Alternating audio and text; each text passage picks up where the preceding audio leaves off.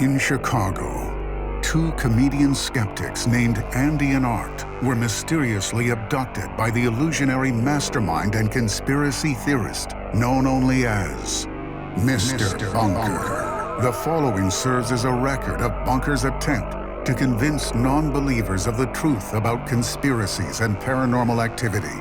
Andy and Art give an uninterrupted presentation and verdict on the plausibility of these offbeat topics, delivering what they call the whole enchilada.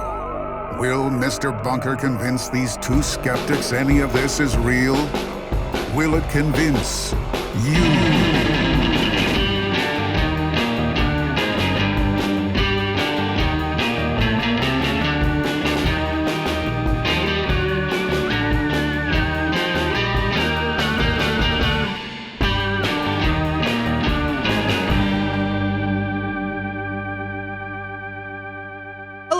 Everybody, and welcome to Mr. Bunker's Conspiracy Time Podcast, the number one podcast for two skeptics forced to delve into the world of conspiracy theories, paranormal activity, and all things bizarre.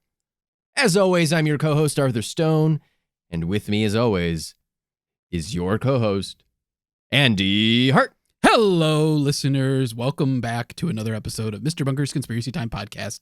As Art mentioned, this is the number one podcast that has the exact same description as our podcast. So for all the podcasts that have a description just like ours, we are number one, baby. Coming at ya. We're number one in Antarctica. We are crushing those Antarctic charts. We are crushing the ice down there.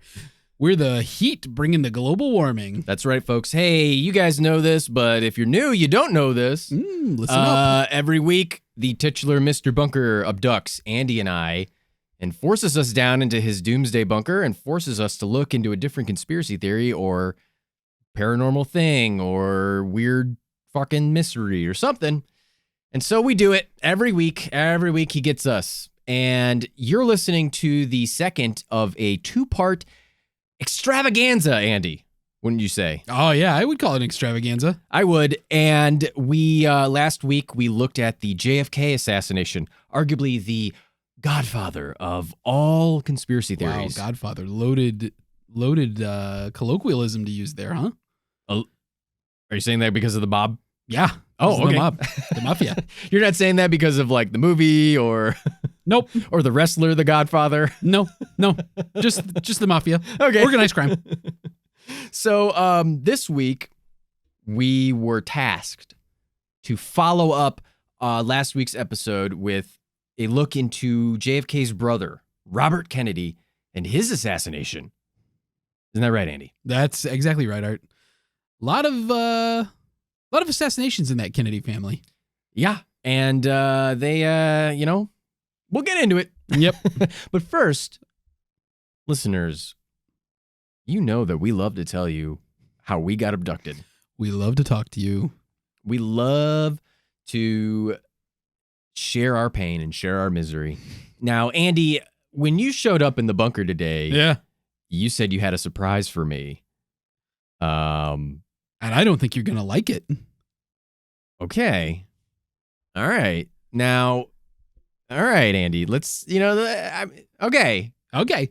So here's how I got here. Don't make me Hulk out. Okay. Here's how I got here this week. Okay. Andy, how did Mr. Bunker, the titular Mr. Bunker, how did he capture you this week? Art, you know that last week, Mr. Bunker revealed to us that basically that we were going to have to come back and that's right, do Robert Kennedy's assassination. He told us, like, you're going to do a two-part series, and we're like, we'll see about that, wise guy. I mean... He's got a pretty sterling record of capturing us. He is, he's at this point 12 for 12. 0 for 0. Last week, I felt he was being a little cocky, and I know that I said that maybe he wouldn't get us. But I was so intrigued by the JFK assassination information that we uncovered and reported on. I was pretty interested to look into the Robert Kennedy assassination. And you know what? I said, Bunker, if you want me, here I am. Wow. So I went outside. You sound like a like a Christian rock song. Yeah. Lord, if you want me, here I am. I went outside onto the sidewalk and You laid down like a fried egg. I laid on the sidewalk waiting to be abducted. What? And I laid there for 2.5 hours. You just starfished and you just took it? And he never came. And He never came. neither did I. And so I What? laid there on the sidewalk for 2.5 hours and nobody abducted me. And so I was a little disappointed because I thought that maybe Bunker changed his mind. You were disappointed. Right. I was disappointed because I was excited about, Okay. the research. Okay. I mean, I could have just researched it in my own home, but That's true. it's not the same. And so I decided to, they're doing some tuck pointing on the building down the street from me. Very good. And so there's a porta potty out there.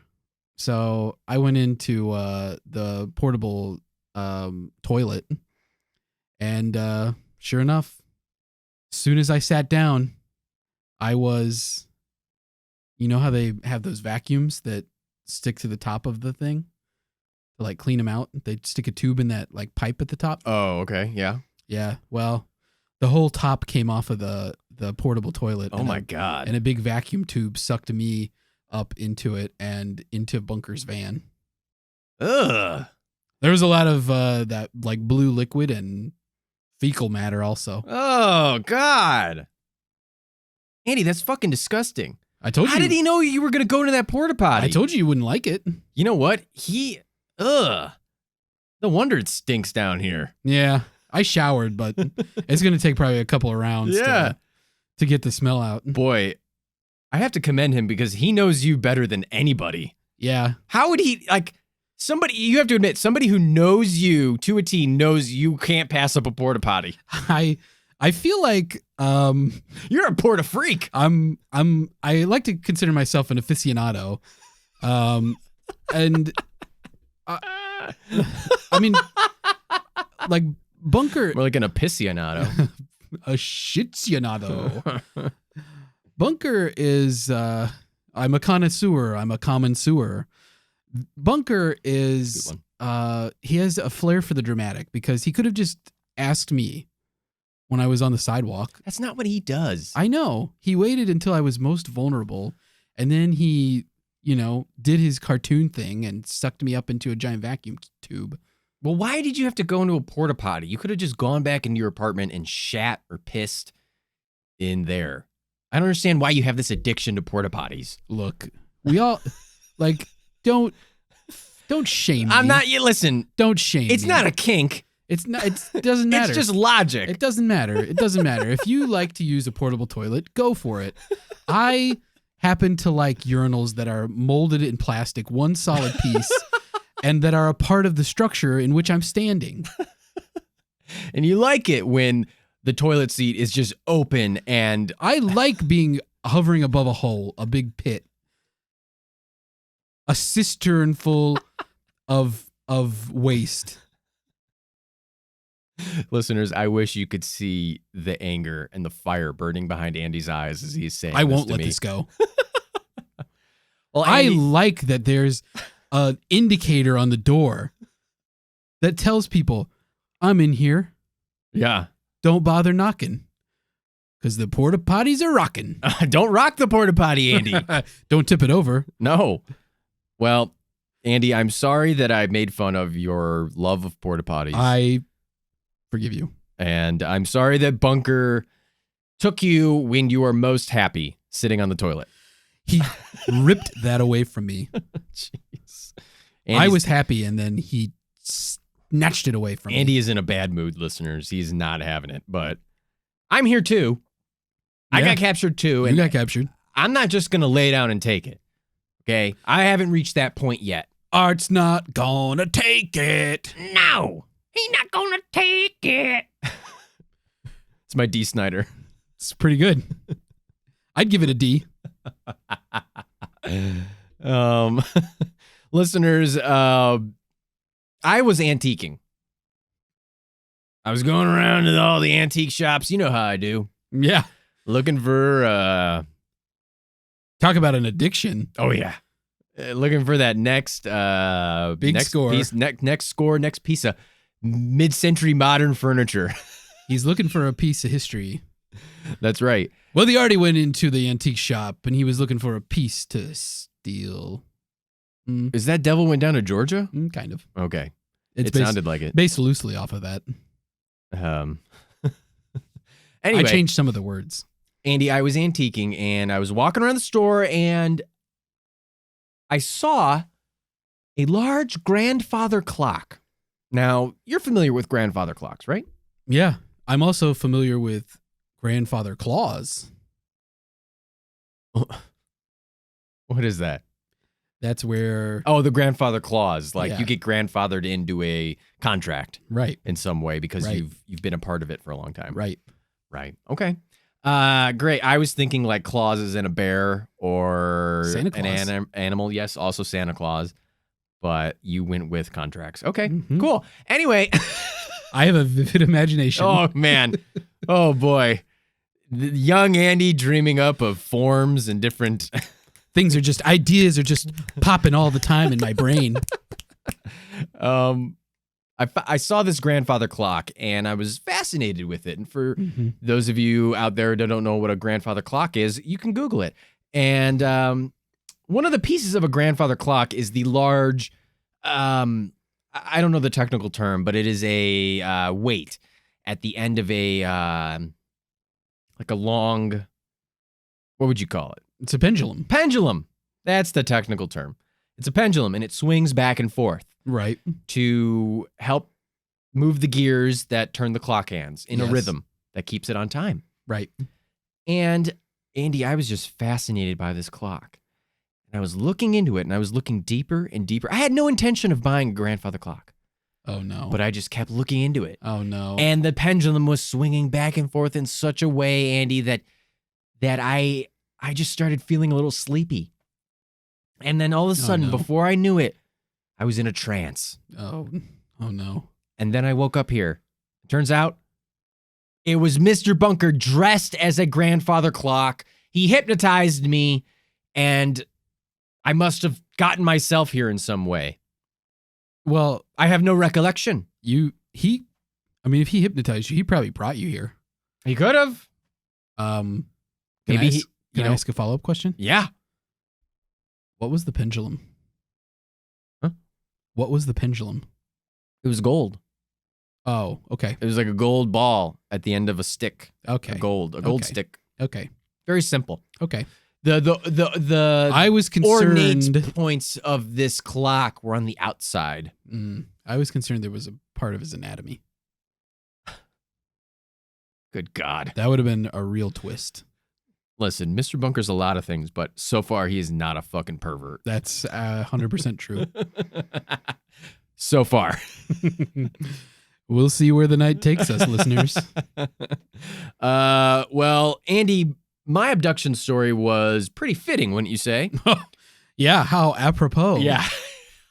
Very, almost like he planned it that way. Yeah, almost like he was making a point. Listeners, it's apropos because we're discussing the Robert F. Kennedy assassination today. Right, Andy? That's correct, Art. Now, a big portion of this, as we'll get into this assassination, is the alleged assassinator, technical term. Mm-hmm. Sirhan Sirhan alleges that he was hypnotized in some way and has no memory of carrying out the assassination. Right. Henceforth, why my situation is apropos to what we're going to discuss today. The Robert F. Kennedy assassination. Yeah, it's almost like, I mean. Does that cover it? Full circle? We got it. Andy, should we just jump right in? Should we just give the listeners the whole enchilada on the RFK assassination? Listeners, we know you're hungry, and we're here to fill your bellies and your brains with a whole steaming enchilada. Listeners, we're going to give you the whole enchilada on the RFK assassination starting now.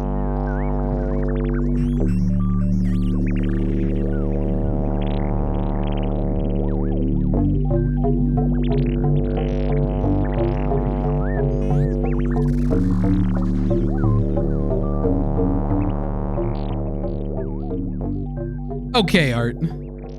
Here we are. Here we are, Andy. We knew this was coming. We did. Last week, we gave the listeners a steaming hot plate of the whole JFK enchilada. That's right. And we're back in the kitchen, aka the bunker, to cook up a whole RFK enchilada this week. Now, I'd say that compared to last week, this week's enchilada maybe has a little less red sauce, if you catch my drift, but is just as meaty. Now, Art, last week you asked me my impressions of JFK before we started. So, same question to you, but different person. What are your impressions of RFK? I think after reading a little bit about him as a person, he seemed a lot more of like down the straight and narrow kind of guy, right? Uh-huh. JFK on the outside was this perfect, charismatic machine. Yeah. But behind closed doors, he kind of had some issues, and there was some shady stuff, and he had issues. We'll just put it that way. Yeah. Bobby seems like the little brother who watched his older brother go through those things and said, I'm not going to make the same mistakes. Mm-hmm. And so he seemed like he's a very devout Catholic, allegedly, I guess. I mean, I think a little bit more than JFK. I think that's fair to say. Sure.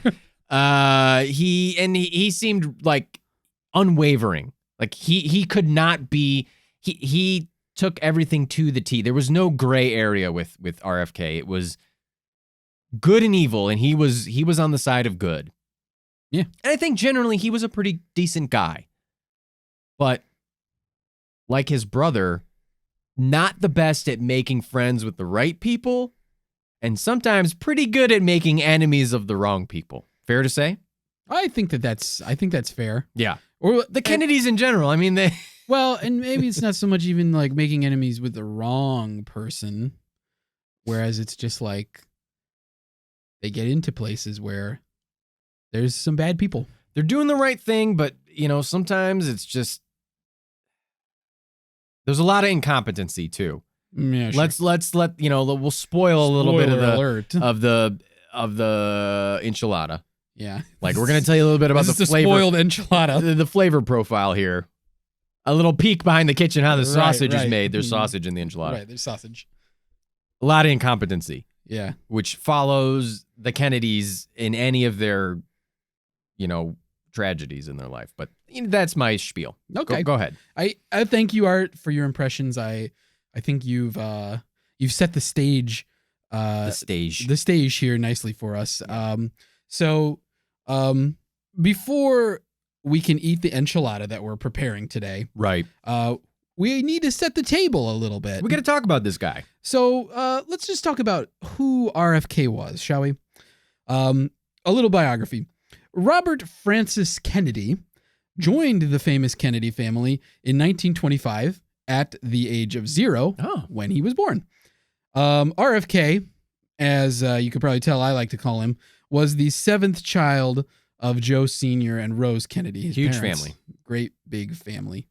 Now, Bobby, as I also like to call him, struggled to make a name right from the womb. Much of his childhood was spent in the shadows of older boys. You remember that? Teen Girl Squad? Teen Girl Squad. Teen Girl Squad. Older boys. There you go. Yeah. Older boys. Namely, his brothers, Joe Jr. and JFK. Now, Bobby yearned for Joe Sr.'s affection. As you can imagine with being in a family that big. Right. He wanted daddy's love. But he rarely found it. Joe Sr. even considered Bobby to be the runt of the family. And Andy, by runt, you're not talking about those delicious, super hard fruit candies either. I'm a runt fan. Oh, okay. Interesting. Banana was good. Hot take, Art. I'm full of them. Banana? The banana one was good. Orange was the best. Oh, and the lime was really good. There's a lot of good ones, but banana was surprisingly tasty. Now, anyway, we're talking he was a smaller, weaker child. It's just a small, weak kid. Yeah, he's a runt. Yeah, he's a runt. Okay, so despite this, listeners, RFK managed to forge a really close bond with his mother, Mommy Rosie Kennedy, as I like to call her. Now, Mommy Rosie Kennedy found her little Bobby boy, as I like to call him, to be a sensitive and pious young man. These are traits she encouraged. Traits, though, that, did not endear little Bobby boy to his father, Papa Joey K, as I like to. I got lots of nicknames.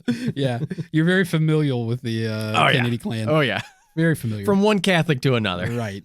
It's all in the family. Fighting for Papa Joey K's attention caused little Bobby boy to develop a tough demeanor, as you can imagine. I mean, 7 kids. You hear this all the time from comedians or celebrities that come from big families. Yeah. You got to fight for that attention. Yeah. Much like me, Andy, he wasn't afraid to mix it up and stand out. Very true. Unlike you, though, Art, Bobby never lost his sensitive side. I'm dead inside. And that's true. And throughout Bobby's life, he continued to be the most devoutly Catholic Kennedy boy. As we mentioned, and that's not exactly a high bar, but, there you go. Bobby eventually was able to earn his father's respect for being what Joe Sr. called, quote, tough as nails, end quote, while still being the apple of his mother's eye.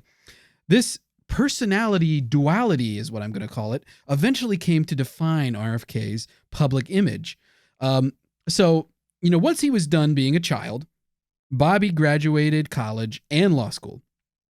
He got married to Chicago-born Ethel Skakel. Hell yeah. With whom he would have 11 children. Wow. In only 18 years of marriage. Now that's a devout Catholic, Art. Wow. Wow. Bobby also helped his brother JFK get elected to the House of Representatives and then to the Senate. Hey, speaking of the Senate, RFK worked as an attorney for the Senate. Ooh. First with the Republican Joseph McCarthy, trying to suss out those communists. But then, after a hiatus, he worked as the chief Democratic counsel. While on the Democratic council, Kennedy kind of got into it with Roy Cohn. It's Cohn, yeah. Donald Trump's future mentor and future disbarred attorney, Roy Cohn. I know him. You're familiar. I know him. We all know him. He was famous. He was McCarthy's chief counsel. A lot of stuff in that time, but that's for another day. Yeah, we'll get around to that eventually. I'm sure. The dust-up led RFK to request some FBI files, which FBI Director J. Edgar Hoover denied, calling RFK an arrogant whippersnapper. Oh, Andy. What a sick burn. And you've been called that before, too, and much worse. Yeah, I have, too. That's the lowest insult for me. Most improv directors in the city have called us that. Yeah. And worse. So while later working on the McClellan Committee, a Senate committee investigating improper activities in labor and management, RFK got into it with famed Teamsters president, mafia canoodler, and future dead guy in absentia, Jimmy Hoffa. Absentia. What? Absentia. What did I say? Absentia. Well, quit writing fucking big words Latin. into the script. That's Latin. Well, quit writing them. It means he was. They declared him dead because he was missing so long. Just say he was missing. He's dead in absentia. Jimmy Hoffa. Listeners, you love Latin, and thank you. God bless you for it. All right. This goes back to my point. Little Bobby made a lot of friends, right? A lot of bad friends. Right. Well, the good news... Well, enemies. The good news in this story, though, Art, is that even though Bobby eventually left the Senate for another job, he still got to see and work with his new friends. Oh, no. That's because he became the Attorney General working for his big brother, JFK. Now, Art, the story goes that JFK didn't want Bobby to be his Attorney General. He didn't really want him in the cabinet, to be honest. But Big Daddy Joe, as I like to call him, demanded that Bobby join the administration. And if Big Daddy Joe asks for it, let his will be done. Oh, boy. And so Bobby became Attorney General. Now, as Attorney General, Bobby ended up becoming one of JFK's most trusted advisors. He got involved in most areas of the administration. He became JFK's doer. Like whenever JFK needed something done and needed it done quickly and handled well, he asked Bobby to do it. JFK kind of grew to accept Bobby's role. Right. I mean, JFK didn't consider him to be super experienced before, but he earned his respect by being very, proficient at his job. So, but all these additional responsibilities, which honestly were outside of the scope of the Attorney General's position, didn't cause Bobby to lose sight of his true passion, though. Right. As he continued to go after Jimmy Hoffa. And as we mentioned last week, listeners, during Bobby's tenure as Attorney General, mafia convictions saw an 800% increase. Bobby's focus on organized crime, his advocacy for civil rights legislation, and his personal relationship with Dr. Martin Luther King Jr. and other civil rights leaders put him at odds with J. Edgar Hoover again. J. Edgar Hoover, of course, wanted the Justice Department to focus on prosecuting or persecuting, am I right? Communists. Then, Andy, everything changed. As you know, listeners, President JFK was assassinated in 1963. Hoover called to tell Bobby his brother had been shot, hanging up before Bobby could ask any questions. I mean, that's fucking cold. That's pretty ice cold. Yeah. Bobby said later he thought Hoover enjoyed telling him the news. Not long after, RFK got the call that JFK was DOA. In a compassionate move, our old pal Lyndon Baines Johnson called Bobby about an hour later to see if it would be okay if he took the oath of office right away instead of waiting to fly back to Washington. Oh, by the way, sorry about your brother. But hey, yeah. By the way, oath of office? Yeah. I mean, Jesus Christ. Bobby was obviously devastated, as, you would be. Though he and JFK weren't close as kids, they grew very close as adults. And JFK's assassination crushed Bobby. Yeah. And in the wake of the assassination, RFK had an uncertain political future. Yeah.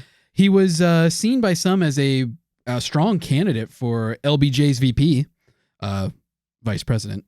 But the two of them disliked each other so much that Johnson wouldn't consider it. LBJ eventually selected the original Triple H to be his running mate. That is Hubert H. Humphrey, the senator from Minnesota. Bobby did eventually leave his cabinet post to run for Senate in New York State.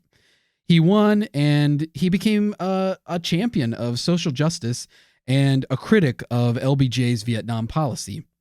Eventually, Senator Kennedy became presidential candidate Kennedy, entering the 1968 presidential contest. He entered the race late, but managed to win the Indiana and Nebraska primaries, setting up a big-time showdown with fellow senator and presidential hopeful Eugene McCarthy in the California primary. LBJ, by this point in the election cycle, had shockingly withdrawn from the race, only to be replaced by his Veep and eventual Democratic nominee for president, good old Triple H. Now, Bobby managed to win in California, and after midnight on June 5th, 1968, he addressed a crowd of his supporters in the ballroom of the Ambassador Hotel in Los Angeles. He finished his speech with the line, now it's on to Chicago, and let's win there. This is not bad. I'm a Catholic. Yeah, you got it. I'm from Boston. Yeah. Bobby was referring to the Democratic Convention, which was to be held in Chicago, and with a good showing in the remaining primaries. For our non-U.S. listeners, yes, this is part of the convoluted, some would say, electoral process we discussed at no length last week. We told you to look it up, and we're going to say the same thing again. It's a lot of, you can Google it yourself. That's not what the show's about. That's not what the show's about. It's not part of the enchilada. Right. RFK would have had a shot, oh boy, at becoming the Democratic Party's candidate for the presidency in 1968. And for all of you Chicago heads out there, like me, I'm not a Bostonite. I'm a lifelong Chicagoan. The 1968 Democratic Convention was the one where longtime Chicago mayor and corrupt machine politician Richard J. Daley had Chicago police brutalize peaceful protesters so he could properly show off how great Chicago was. A reputation we live up to today, folks. Man. Police used so much tear gas on protesters gathered in Grant Park that the fumes bothered Triple H at Humphreys, the other candidate. Hubert Humphrey, yeah. Hubert Humphrey. Well, he showered in his room at the Hilton. Yeah. You got gassed in the shower. Yes, Art, this certainly was a tumultuous time in the United States, to say the least. Now, before any of that happened, though, Bobby Kennedy won the California Democratic primary. So let's go back to L.A., back to those cool ocean breezes, LA. to the Ambassador Hotel ballroom where RFK just finished his speech. Now, after the speech, Bobby planned to exit the ballroom and go to another part of the hotel to greet more supporters. The press, though, asked for a press conference, and Bobby's campaign aide, Fred Dutton, called an audible and decided Bobby would skip the other gathering in favor of the presser. So Dutton also determined that instead of going through the ballroom, Bobby would exit through the kitchen and the pantry behind the ballroom to get to the press quicker. So as Bobby left the podium and tried to exit, his security guard, former FBI agent William Barry, stopped him and said, "No, it's been changed. We're going this way." Now, listeners, it's important to note that presidential candidates did not traditionally receive Secret Service protection, so Bobby's only security detail that night was Barry, plus 2 unofficial bodyguards, decathlon gold medalist Rafer Johnson, and American football player Rosie Greer. Not part of the CFL. No, this was full on. We're talking Los Angeles Rams here. Also working security at the hotel that night was a guy by the name of Thane Eugene Caesar, a late addition to the security detail at the hotel who reportedly hated the Kennedys. Important to note, Caesar was in the kitchen behind RFK during the shooting. And now, by the way, after Bobby Kennedy's assassination, and I mean literally the day after the assassination, LBJ signed an order mandating Secret Service protection for candidates and their families. Jeez. Anyway, William Barry and Fred Dutton tried to lead Bobby through the doors of the kitchen.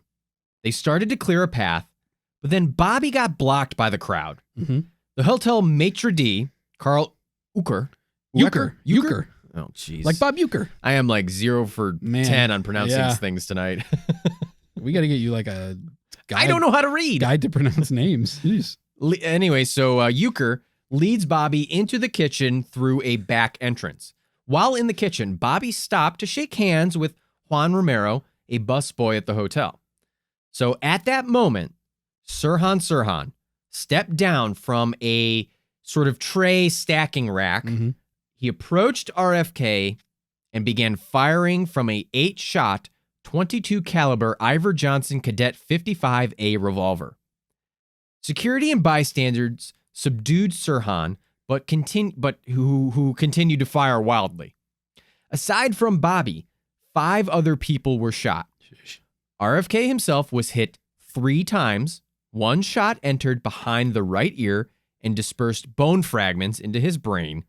The other 2 shots entered behind his right armpit, with 1 exiting through his chest, and 1 lodged into his neck. As he lay bleeding on the floor, Romero cradled his head.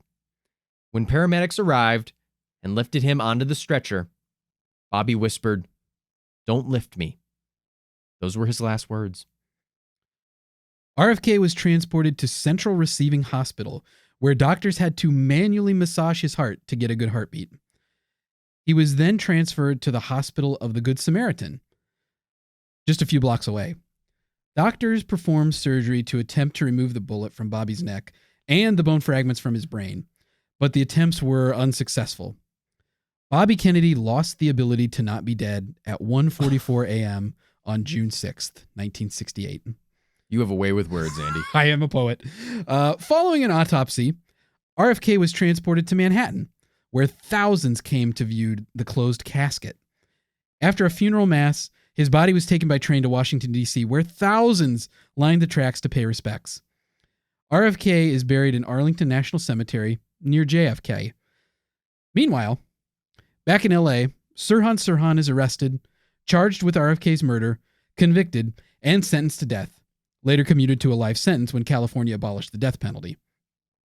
With that, it looks like everything is wrapped up in a nice little package. Right, Art? Be careful, Andy. You'll throw out your back jumping to conclusions like that.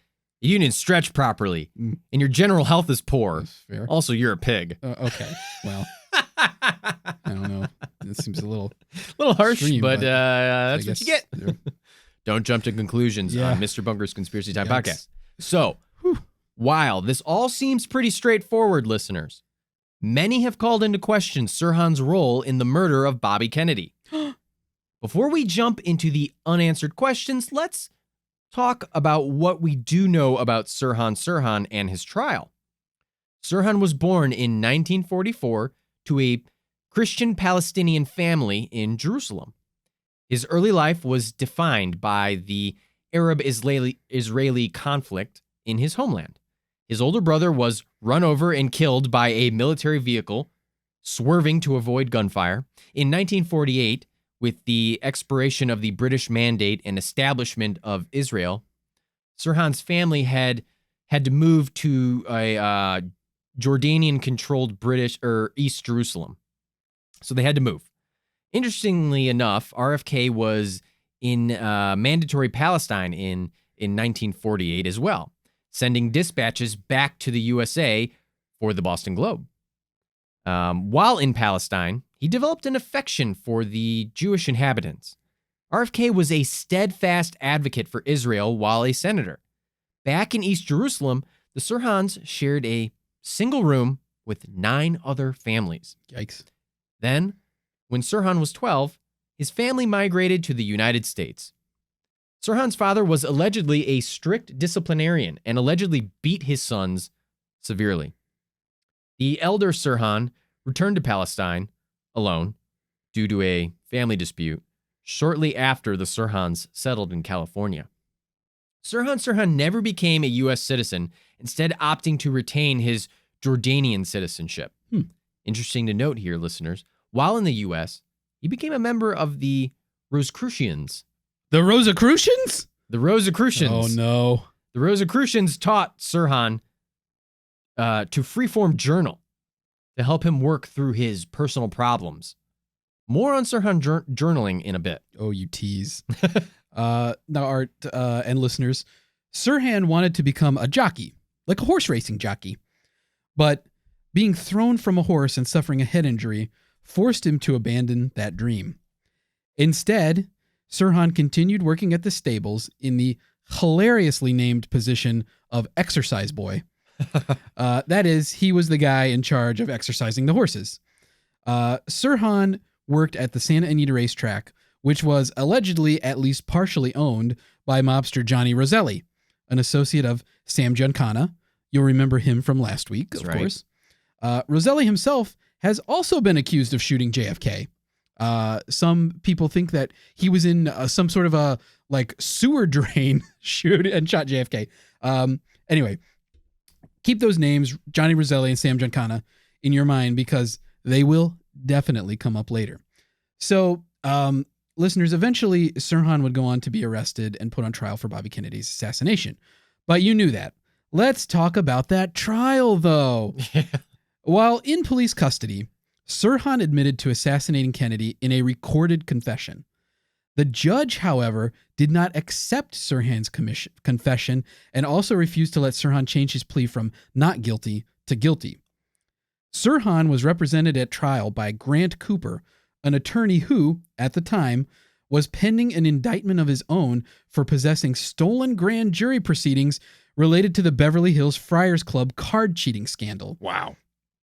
Right. So Cooper, in that case, represented none other than aforementioned mobster Johnny Roselli. So he was representing Johnny Roselli in this Friars Club card case. Now, during the trial, Cooper's strategy was to not deny Sirhan's guilt, but to show that the shooting was an impulsive act perpetrated by a person with diminished capacity. Cooper basically didn't challenge the state. He was just trying to avoid the death penalty. That's right, Andy. The defense's star testimony came from a law psychiatry professor from Cal Berkeley who testified that Sirhan was suffering from, you guessed it, diminished capacity at the time of the shooting. There it is. Great, right? Yeah. The only problem was Sirhan himself offered anything but star testimony. Oh, no. During the trial, Sirhan testified that he had killed RFK, even though he didn't think bad of him. Okay, confusing. Interestingly, Sirhan also testified that he had killed Kennedy with 20 years of malice aforethought. Okay, not helping. As you say. When Cooper asked Sirhan to explain his reasons for killing Kennedy, Sirhan began an anti-Zionist rant. There you go. Throughout his life, Sirhan maintained anti-Zionist views, owing to the devastation he witnessed as a child. After the assassination, in fact, police would find a journal at Sirhan's home in which he had written about his desire to assassinate RFK before June 5th, 1968, which was the first anniversary of the Six-Day War between Israel and neighboring Arab countries. Police also found an article in Sirhan's pocket where RFK was quoted voicing his support for supplying military jets to Israel. This information hurt Sirhan at trial, and the prosecution entered pages from the journal into evidence. And as we already know, Sirhan was convicted and has been in prison ever since, being denied parole multiple times. After the trial, or since the trial, maybe I should say, Sirhan has said that he does not remember shooting RFK and does not remember some of the statements he made during trial. He's also said that he only testified that he killed Kennedy on the advice of Cooper, who Sirhan claims suggested he confess in order to, as we said, lessen the chance of receiving the death penalty. Okay, Andy. So we know a lot of the facts and circumstances at this point. I think it's time we delve into the alternative hypothesis surrounding the killing of RFK. Hey, great idea, Art. After all, this isn't Mr. Bunker's history class podcast. No, it's not. So, listeners, there are a few prominent ideas about the assassination. Some involve Sirhan being the shooter. Others, though, suspect that another assassin murdered RFK. Let's explore some of the key questions which form the basis of this speculation. Let's talk about one big thing, which is RFK's autopsy. Oh, yeah.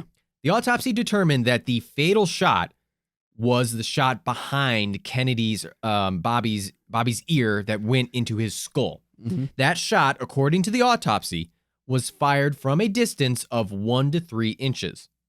The autopsy also found powder burn on the other wounds and on the bullet hole in Bobby's jacket, suggesting that those shots were also delivered from close range. Now, Sirhan approached RFK from the front, and some witnesses testify Sirhan was never closer than a foot away from RFK. Still, other witnesses say that Bobby was turned to his left when Sirhan approached, which would have exposed his right side where all the bullets entered. Okay.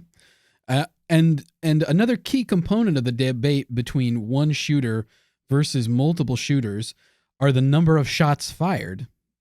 Sirhan's gun only held 8 shots, all of which were fired. 3 of the bullets hit Bobby. 2 of the 3 that hit him stayed lodged in his body. Another bullet missed Bobby, but left that hole in the jacket we mentioned earlier. Now, aside from RFK, 5 bullets were also lodged in the bodies of 5 other people.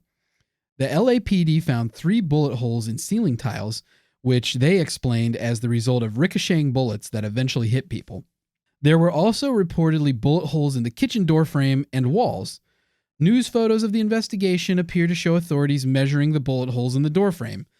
The FBI's crime scene report lists 4 bullet holes in the doorframe and walls.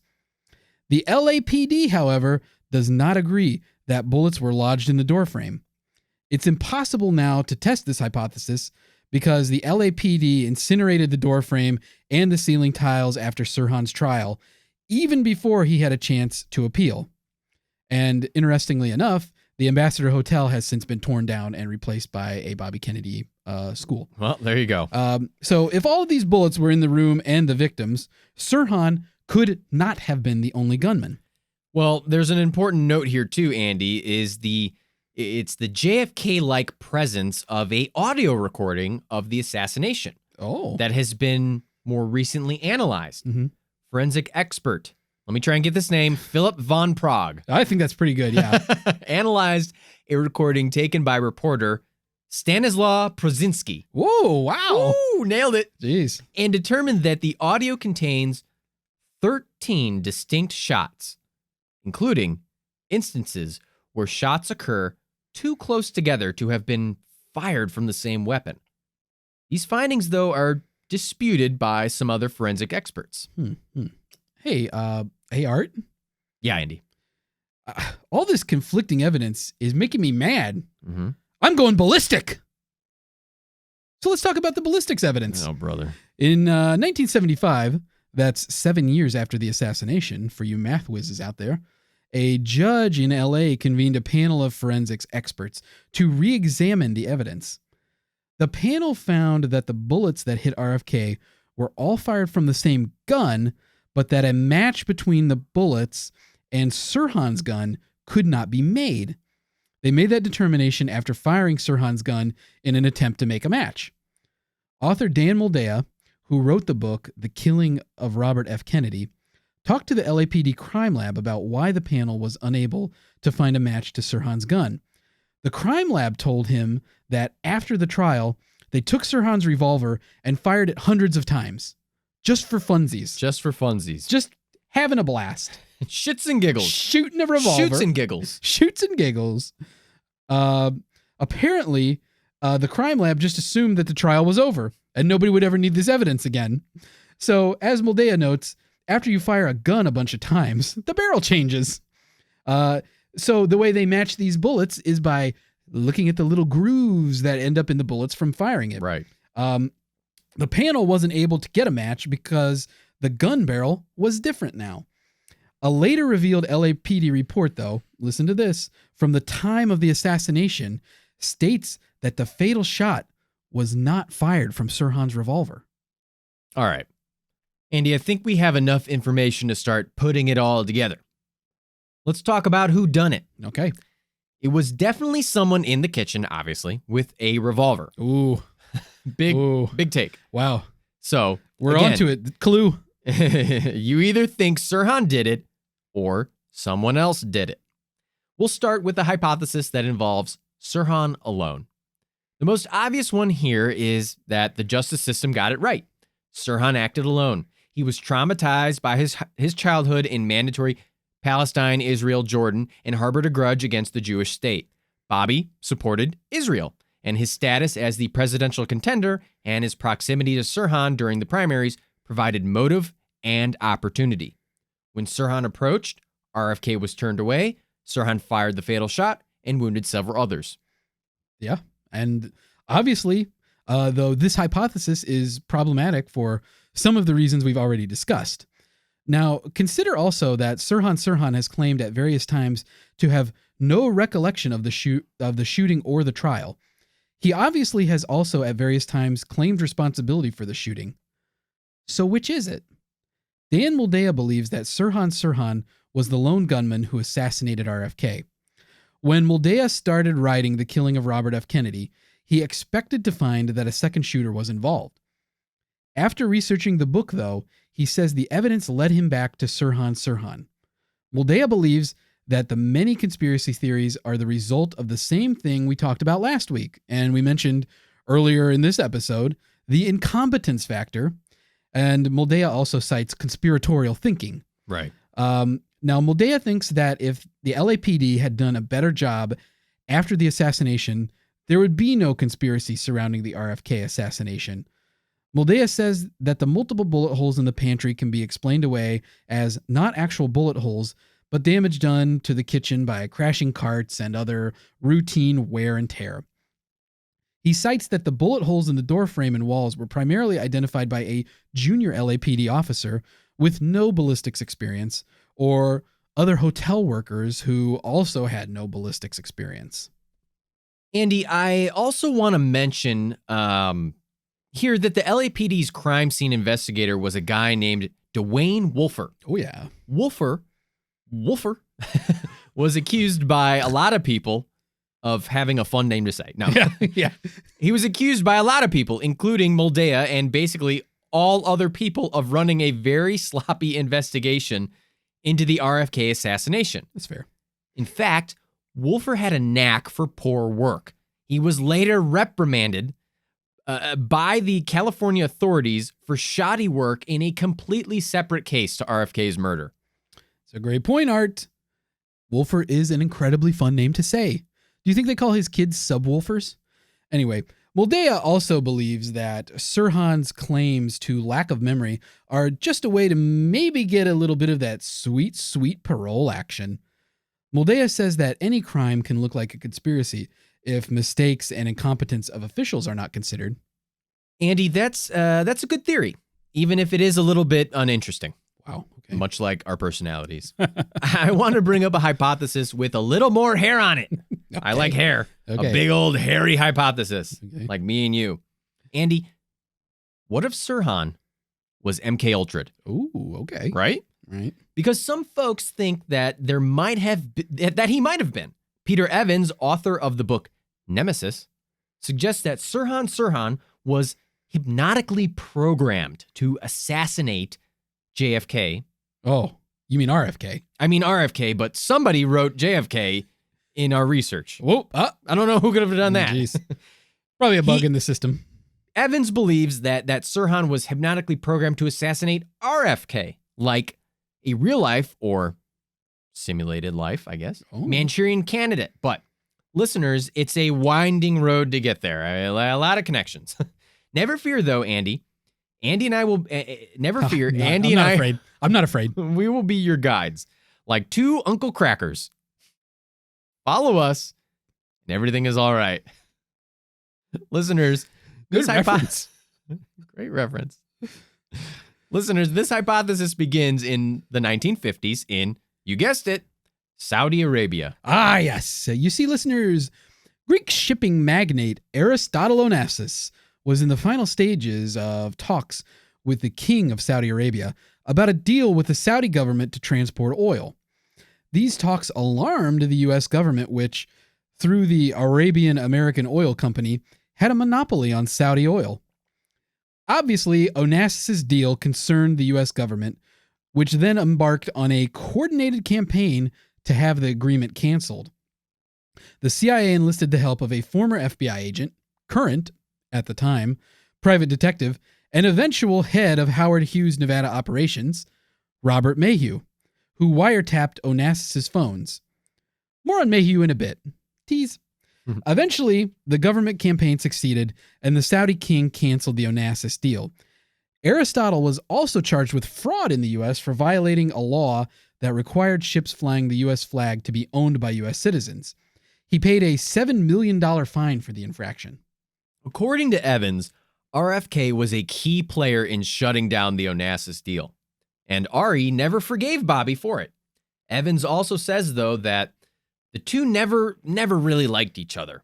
They met at a social event hosted by an English socialite in New York City in the early 50s. Bobby's sister knew the hostess from growing up in London, while Joe Sr. was the ambassador to the court of St. James. And Ari Onassis was, of course, an international playboy, even claiming to be the hostess's lover, something she disputed later. Bobby and Ari apparently just didn't mesh, and they got off on the wrong foot. Then the whole Saudi Arabia thing, and boy, oh boy, let's just say they were not friends. Yeah. That's pretty safe to say. Blood. And as I'm sure you know, listeners, none other than JFK's widow, Jackie Kennedy, soon became Jackie Bouvier Kennedy Onassis. Something wrong with the way I said Bouvier? Yeah. It's correct. It's Bouvier. Whatever, dude. You know what, these names? Jackie Bouvier. I didn't take French. Kennedy Onassis. Bouvier. I'm Italian. What do you want from me? Or Jackie O is what I will say. There you go. When she eventually married Aristotle Onassis is what I'm trying to say. Okay. Mission, I hear you. I landed. All right. Now, listeners, according to Evans, Jackie and Ari's relationship started even before JFK was assassinated. Oh boy. It's a good thing that I'm going to say this because I know you wouldn't get this name right. Jackie's sister, Lee Radziwill, it's Polish, who was a member of the European social circles through her husband, a Polish-Lithuanian prince. Semi-current event alert. Lee Radziwill died earlier this year in February. Oh, R.I.P. Rest in peace. At any rate, while JFK was president, Lee invites Jackie to cruise on Aristotle's yacht. Jackie goes on the cruise, and Arie seduces her, so says Evans. Another possible wrinkle in this pretty wrinkly story, author David Hyman, author of the book Bobby and Jackie, A Love Story, suggests that after JFK was assassinated, Jackie and Bobby supported each other as both were grief-stricken at JFK's death. And listeners, by supported, I mean they started having sex. You get it. No matter the jealousy angle, eventually Arie decides he wants to marry Jackie. Evans says she's amenable to the idea, but Bobby makes her promise she won't marry Arie until after the 1968 election because he's concerned about the public perception. So Evans posits that Arie even believed that even after the election, Bobby would raise an objection to his marrying of Jackie. Mm-hmm. Not used to being denied, Evans suggests that Arie found a solution to this issue. In the 50s, Arie signed a contract with the Greek government for operational rights to the Olympic Airways airline. Given the number of bombings aboard airplanes in the 50s and 60s, check out our D.B. Cooper episode. Well, that actually happened in the 70s. But you get it. It's part of a proud tradition, though. If you like airplanes. Right. It was not uncommon for airlines to hire security. Evans says that Arie paid protection money to Mahmoud Hamshari. How did I get that? I'll give you an A-. Okay. A member of the Palestine Liberation Organization, or PLO, as I like to call it. Allegedly, part of the money Arie paid to Hamshari to protect Olympic Airways was compensation for organizing the hit on RFK. Hamshari and Arie, love that, great rhyme, were allegedly both seeing the same hypnotist, Dr. William Joseph Bryan, a pioneer in hypnotherapy, and you better believe a full-on MKUltra participant. Yeehaw! Now we're talking. All right. Now, allegedly, Hamshari was seeing Bryan for treatment of migraine headaches. Arie was apparently seeing Dr. Bryan to help him with his sexual dysfunction, or broken dick syndrome, as I like to call it. With Arie's money and Hamshari's help, Evans believes Dr. Bryan hypnotized Sirhan into murdering RFK.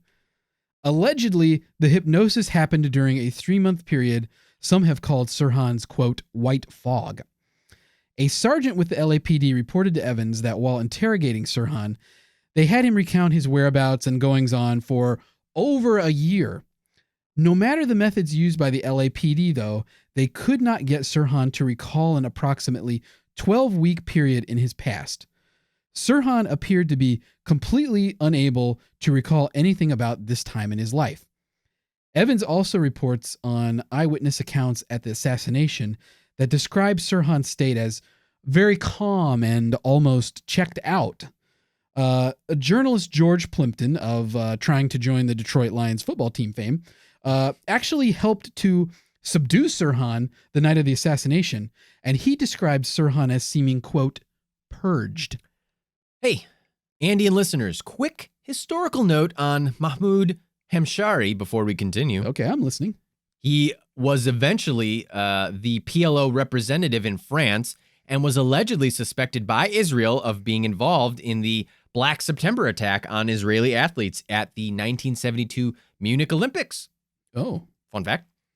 Mossad agents assassinated him by placing a bomb in the phone at Hamshari's home in Paris as part of the honestly pretty badassly named Operation Wrath of God. That's pretty cool.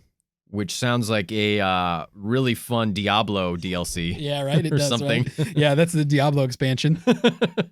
Which was the assassination campaign undertaken by Israel against Palestine following the Olympic attacks. Okay.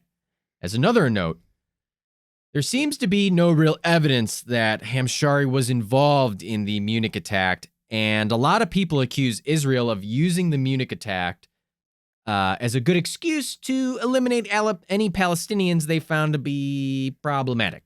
Oh. Anyway, that was my little history detour. Okay. Back to RFK. We've examined prominent hypotheses suggesting that Sirhan acted alone. But there are plenty of folks who think Sirhan didn't act alone at all, and in fact, didn't even fire the fatal shot that night in the pantry. Let's put on our wetsuits and dive into those. Dive her down, Andy. Thank you, Art. It's my Sean Connery. That's Dive her down. yeah. Dive her down, Andy. You didn't have to tell me. It's so obvious that it's Sean Connery. Down. Honestly, I thought Sean Connery had walked into the bunker.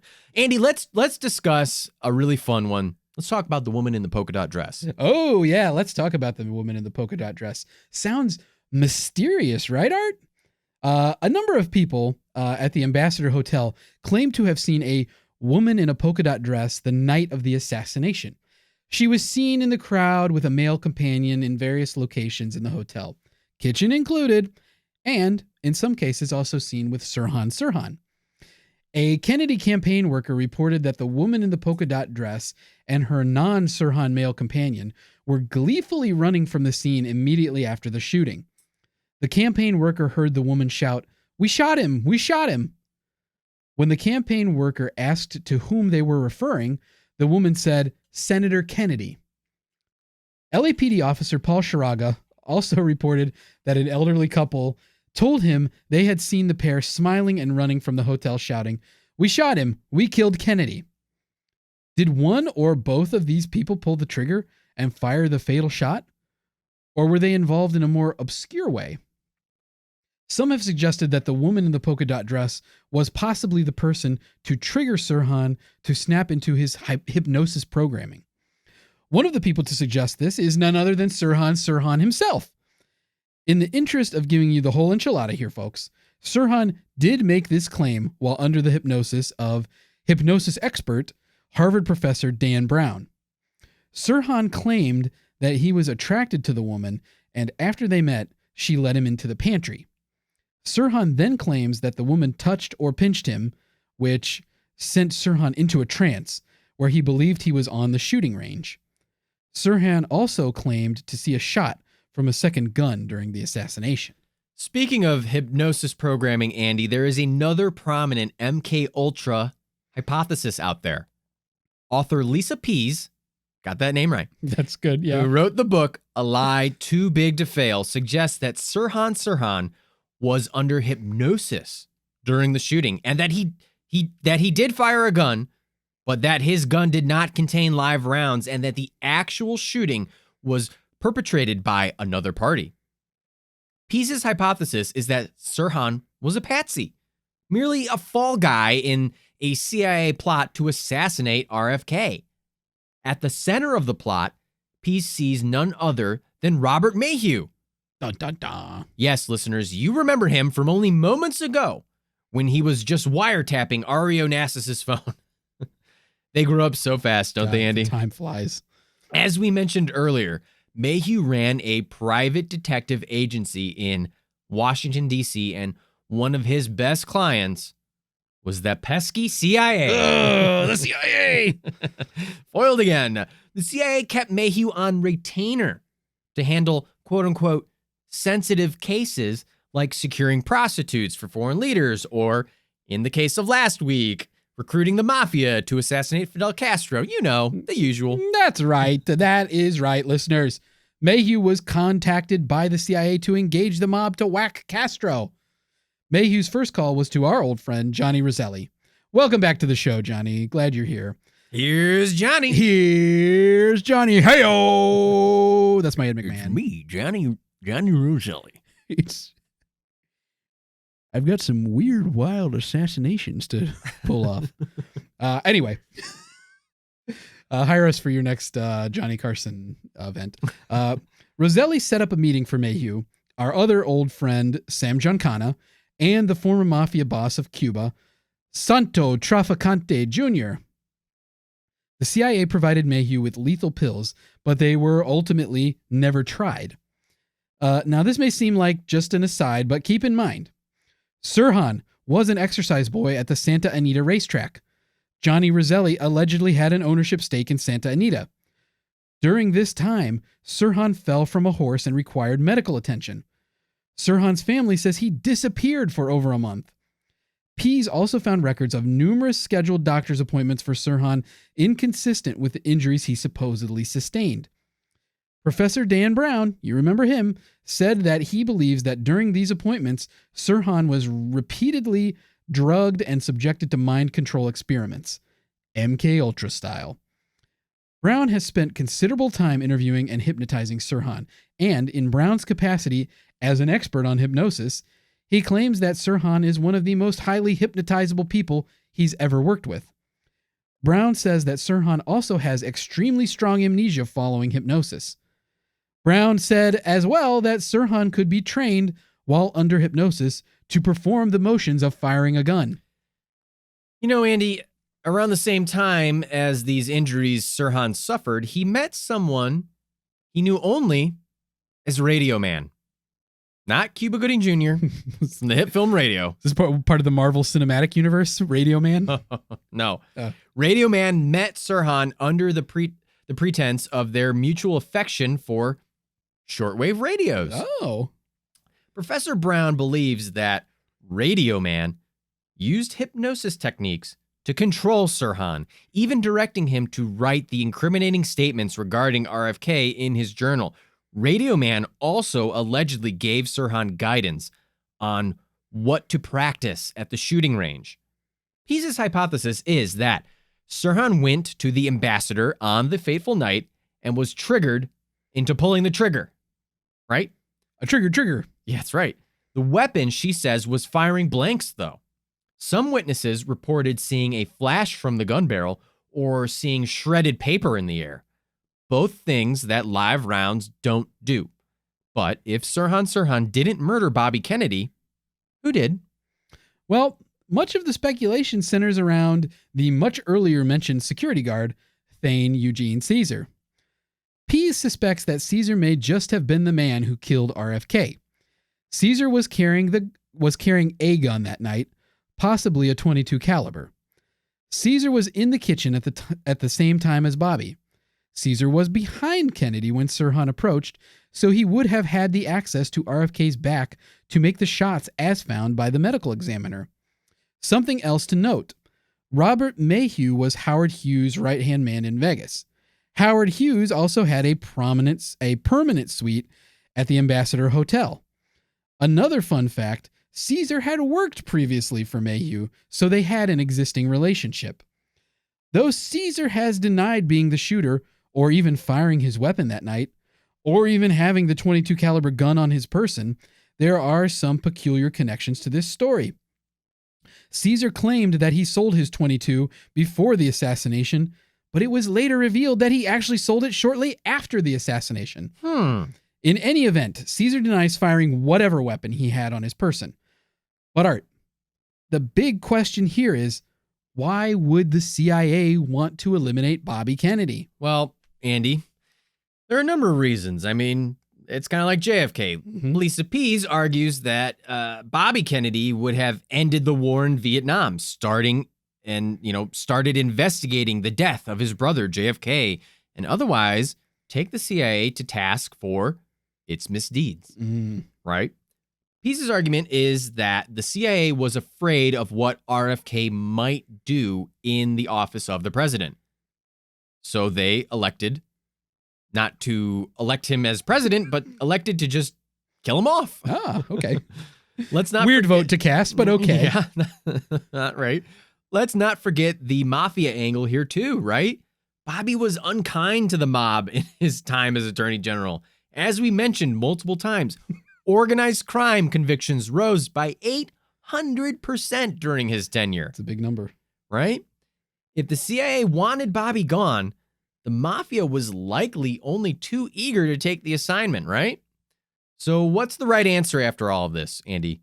Did Sirhan do it, or is he just a pawn in a larger game? Well, Art, it's challenging to say with any certainty. We've definitely seen that there are a lot of suspicious connections surrounding the death of RFK. Lisa Pease uncovered that the night of the shooting, the police believed there were a number of different suspects, all with varied physical appearances. Gradually, higher ups at the LAPD came on the radio to put a stop to officers looking for other shooters. Pease also notes that Sirhan's original attorney, Grant Cooper, was compromised by his own legal problems. Cooper didn't even attempt to question the physical evidence, which hardly proved beyond the shadow of a doubt that Sirhan committed this crime.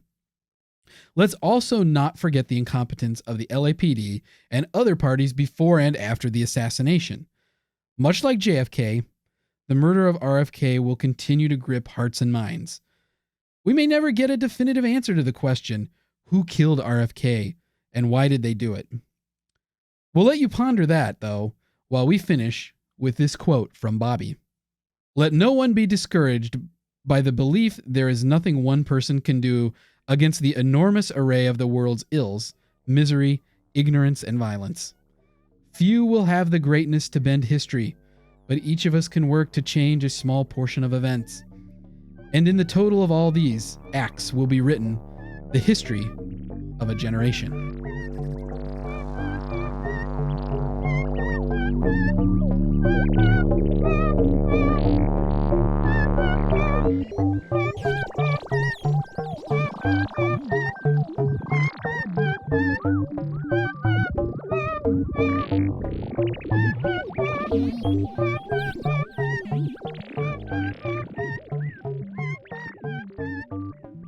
Mr. Bunker's Conspiracy Time podcast will be right back after this brief message.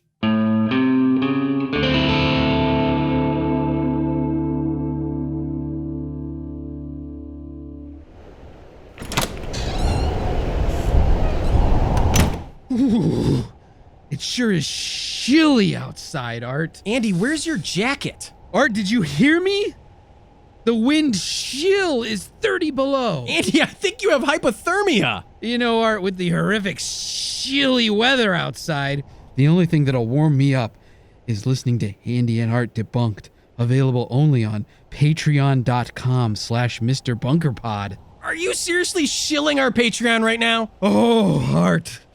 Laughing at the antics of Andy and Art is all the warmth I need. And for just $5 a month, I get access to all the episodes of the show, behind-the-scenes updates, sneak peeks at episodes, and I can chat with Andy and Art on the Bunker Discord. Andy, we need to get you to a hospital. We need to get me to patreon.com/MrBunkerPod. It's so chilly. Oh, God. I'm chilled to the bone. Juan. Hello, listeners. What were we saying? Juan de April? No. Oh. Juan Romero. Juan Romero, and we'll be discussing him and more. Listeners, that was our research into the Robert F. Kennedy assassination. I hope you enjoyed it. Hey, listeners, hope you had a good time with us. Quite a journey we've been on. We're ready to dive right into this thing. We want to talk about it. We gave you, listeners, the whole enchilada, and this discussion is your after-dinner mint. This is a bowl full of those chalky mints that I love. I admit, I love them. You love those things? And we didn't wash our hands after using the bathroom, and we stuck our grubby fingers right in that dish. And now we're all going to share a heaping helping of chalky mints. Listeners, Andy. Art, what are you thinking? This, you know what? Here's. I'll give you some general outside of the assassination thoughts. Okay. Just Bunker better throw us some softballs in the next coming weeks, because both of these assassinations are so dense. There's so much here. These are chunky topics. I think overall, this is much more conspiratorial than JFK. This is much more what the fuck went down than JFK. I think JFK, you start looking at some of the, like we did, we started looking at the ballistics evidence, because there is hard evidence. There's rock hard, throbbing, veiny evidence that we can unpack. Just let an obscene amount of thrusting hard, and we can go back and forth, up and down, and we can just go through all this evidence so hard, so fast that it comes all over us, all over our chest. We just get washed over by evidence. And we're sitting there on our knees, our mouths open, ready to accept this hard evidence. Ready. We're gape-jawed, ready for this hard evidence. Oh, God. But you know what I mean, though?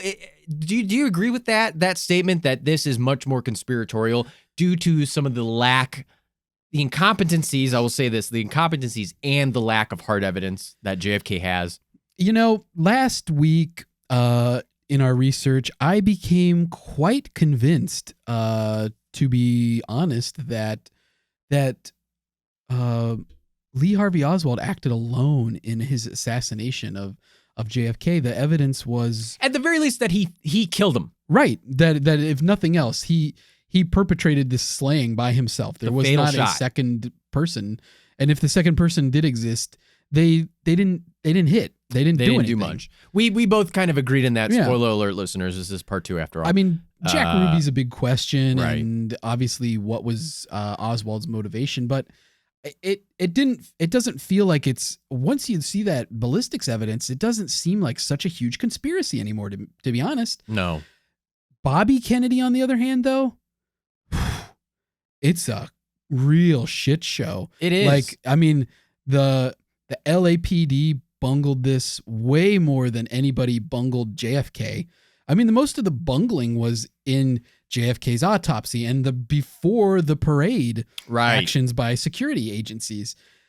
The real problem with Bobby Kennedy is the actual investigation into his death. And I want to save that. I wanted to save this for maybe later in the talking. But I'm sorry. I didn't mean to jump the gun, as it were. Oh, God. Thanks, folks. Catch me at Zany's. Rosemont. You can't even play in the one in Old Town? No, not allowed. No, I got kicked out. Catch me. Hey, man. Tune in and drop out. Hey, it's me, Timothy Leary. Speaking of, I want to bring up him as well. Okay. Thank you for reminding me. I'm going to make a you're note. welcome. That's why I'm here. What I want to say... That's why I'm your co-host. That's right. Well, we're both co-hosts. Yeah, we're co-hosts. I'm your co-host and you're my co-host. Yeah, we're co-hosts. Co-hosts. What I want to say... Okay. I'm not saying that we shouldn't investigate things. I'm not saying that we shouldn't convict the right people. I'm not saying that we shouldn't... Wait. Whoa. Okay. I'm going to stick with you here, but I like where this is headed. Hang on to this ride. Okay. Keep your arms and legs. All right. I'm not saying any of this. Don't lose your arms and legs. I'm not saying that justice shouldn't be served. I'm not saying that any of this stuff. But I think a lot of times you hear conspiracy authors, and I'm naming one name in particular, Lisa Pease, because she says this in her C-SPAN video that we'll link to. Right. She says, to the argument, why do we need to go back and look into this stuff? Mm-hmm. She says, well, why do you need to punish your children? Because history helps inform the future. Yeah. History, making sure we got history right, helps make sure that things like this don't happen again in the future. Here's what I want to say. Okay. I think the thing that we should be looking at, the thing that we should take away here is to not have fucking incompetencies with forensics evidence and to not mishandle cases on an astronomical level. That is the most important thing. That's a good takeaway. At this point in life, I'm not saying that Sirhan Sirhan or whoever is the actual gunman or whatever doesn't deserve justice, but at this point, Sirhan Sirhan has been in prison for how much of his fucking life? I mean, he's been in prison for over 50 years now. He's already a traumatized, mentally ill man. I think that's fair to say. I'm not saying that if he's innocent, he shouldn't be released from prison, but at this point, it's kind of like whoever it was the actual gunman, it's like all the evidence is gone. We're never finding them. They won. Yeah. So the takeaway should be, let's make sure that forensics evidence and police work aren't fucking botched anymore with this shit. That, they already made one thing where it's like, okay, now they have Secret Service. And that's probably why we've seen a decrease in the amount of presidential candidates being assassinated. Or just like, political figures in general. Right. But do you see what I'm saying here? That the incompetencies are the killer. The incompetencies are the real fucking thing that we need to focus our sight on. Yeah. Not like, trying to find all these grassy knolls and these second gunmen and blah, blah, blah, blah, blah, blah, blah. Or like, I'm not trying to say that we shouldn't look into that stuff, but the thing to take away is let's not have incompetent work anymore. I think that's a very valid point, Art. End of rant. I agree with you wholeheartedly. And I think that Lisa Pease does make a good point that, if we don't understand the circumstances surrounding an event like this, I mean, like you said, at this point, right, it kind of doesn't matter who did it because like Sirhan's been in jail for 50 years. The only thing that would matter is like if he didn't do it, he shouldn't be in jail anymore. Right. But I'm not trying to undermine the basis of our justice system. Right, I'm not trying to, yeah. You cannot, it has to be within, a shadow of a doubt. Right. Beyond the shadow of a doubt. Beyond a shadow of a doubt. Within the shadow of a doubt. Whatever. We can't, if you are even a little bit of doubt, a little time, you're a plausible smidge. You're right. If you're a plausible smidge on the bar graph scale, don't convict. Yeah, you can't convict. That's not how the law is supposed to work. Which I think I'm not advocating for people to go to jail, for innocent people to go to jail. Okay, it kind of sounds like you are. I'm advocating for proper forensic evidence. Yeah, I think that one thing I am saying CSI and Bones and all these shows are doing a great job. They need to become reality. I think House. that the investigation of the crime scenes as it's pretty shocking in this case, right? Like it's firing the gun for funsies. I mean, I don't get it. Destroying the ceiling tiles because there's a figure the evidence isn't going to be needed anymore. Like, what the fuck? Yeah, they kept the evidence, the physical evidence, long enough to let the trial finish. Of course, there could have been a lengthy appeals process, but they destroyed all the evidence. So Sirhan has had different attorneys throughout the years who've tried to bring this up on appeal, and nothing's ever been really successful. I think that they're trying now to go through some like international like human rights court, right? To have something to try. That's right. Try yes, to work. I read that as well. That's right. But I mean, it's like it's crazy to me that first of all, there's like all this suspicion that the LAPD sort of didn't investigate it well. Don't always have the best track record. Right. Not exactly 1960s LAPD. Well, LAPD at any point. Let's be honest here. Like, no offense to the LAPD, but maybe a little bit of offense.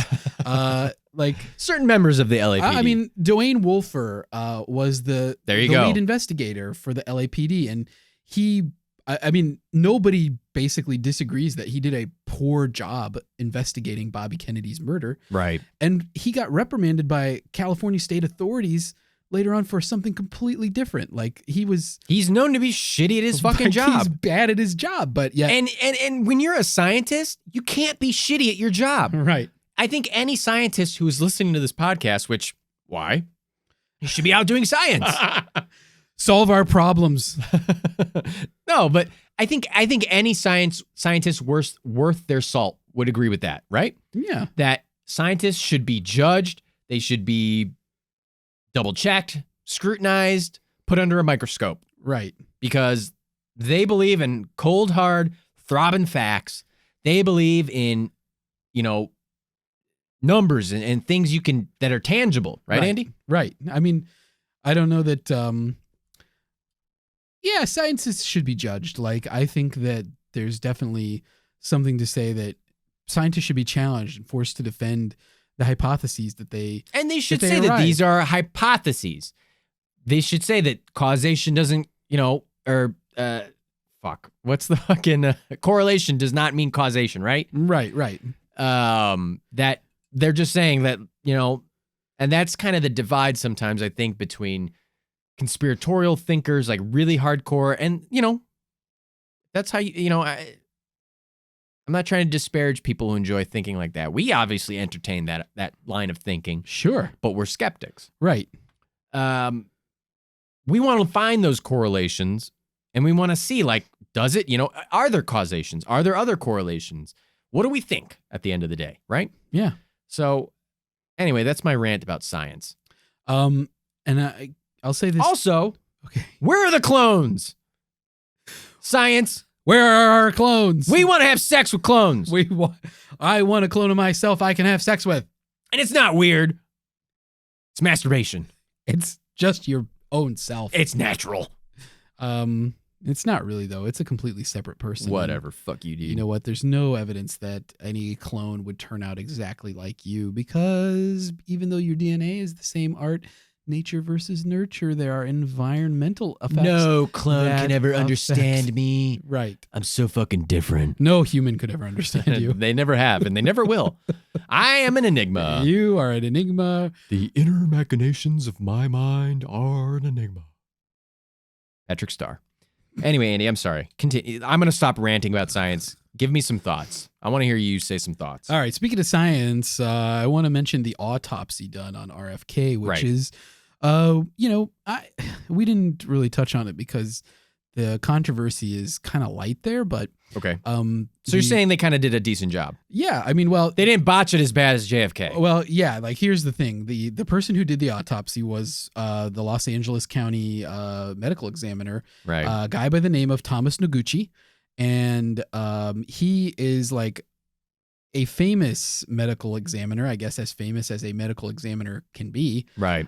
because he handled so many of these like prominent celebrity deaths during this same time period. Like he's the person who did Marilyn Monroe's autopsy and Oh, did wow. the research to claim, like he made those claims that she committed suicide and like that she was depressed right before she died and all that stuff. Which is another conspiracy. Right. Yeah. That we may or may not cover. we don't know. We We'll probably see what will. Bunker, at some see what point. Bunker says. Well, yeah. He tells us what to do. But Noguchi's findings were he found powder burn on the bullet wounds and on Bobby's jacket, and he said that the gunman had to be close by, that the barrel of the gun had to be very close to Bobby's body when it was fired, that Right. this shot, that fatal shot that went behind his ear was like within 3 inches Right. of the gun barrel. So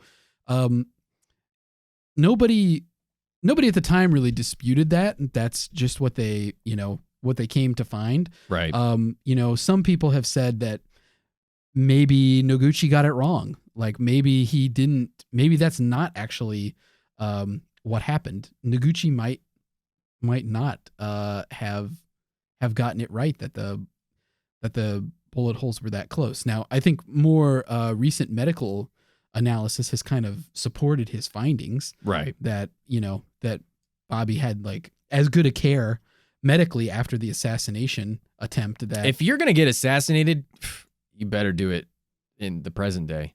yeah, Much better to do it now than back then, right, way Andy? back when, yeah. Jeez. But I read that the care that Bobby got in the hospital after the surgery and stuff that they did was pretty much what they would do today. Okay. So, the care that he received was pretty good. There was just nothing that they could do because there was so much bone splintered into his brain. Jeez. And, the bullet lodged in his neck. They couldn't remove it. And even if he had survived, I mean, he would have had. There was no way he probably could have Yeah, carried out the office of the I don't know if he would have presidency. ever like regained his like brain function. Like Right. he probably would have been a vegetable. But The brain is a very weird organ. Things have happened. You've heard stories where a pole will go through someone's, or was that someone's chest? I don't know where you're going with this. There's like a Ripley's, believe it or not, which even then I have just ruined my credibility with any story about a dude who like a pole went through him and he survived. Or you hear people's stories about here's one. You hear stories about how people like get a head injury and then now they can like speak a different language, or they can do something else that they couldn't do before. Yeah, I'm trying to say the brain is we still don't even understand all the complexities of our mind. Yeah, there's like stories of people having like massive strokes where, it's Right. like, when you have a stroke, basically like some of your brain tissue dies Right. because of the clot in the brain. And some guy who like became an artist after he had a stroke, I think, or like learned to play the piano, like never played the piano before, but then you suddenly like know how to play the piano. Right. Like it's weird stuff like that. That kind of doesn't make sense to me, to be honest. But There's some reports of it. Or there's the corpus callosum, which is the connective tissue that kind of melds together the right and left lobe of the brain. And obviously people know, like, your left brain controls your analytical side. Your right brain is like your creative side, or if vice versa. I forget what they go. But there's like... right brain is creative and left brain is analytical. Right. And if you cut that, like, weird things can happen with your brain where you can kind of become almost like ambidextrous, or like it's like you're cutting the thing that makes the two sides talk. Right. The brain's weird, dude. Yeah. The Wernicke area. Oh man, this is bringing back psychology. I have a degree. Anyway, I'm wearing degree. I am too. Oh wait, no, I do Dove. I have Dove. Wow. Or do I? I can't remember. Shout out. Andy, it's kind of funny. I don't know.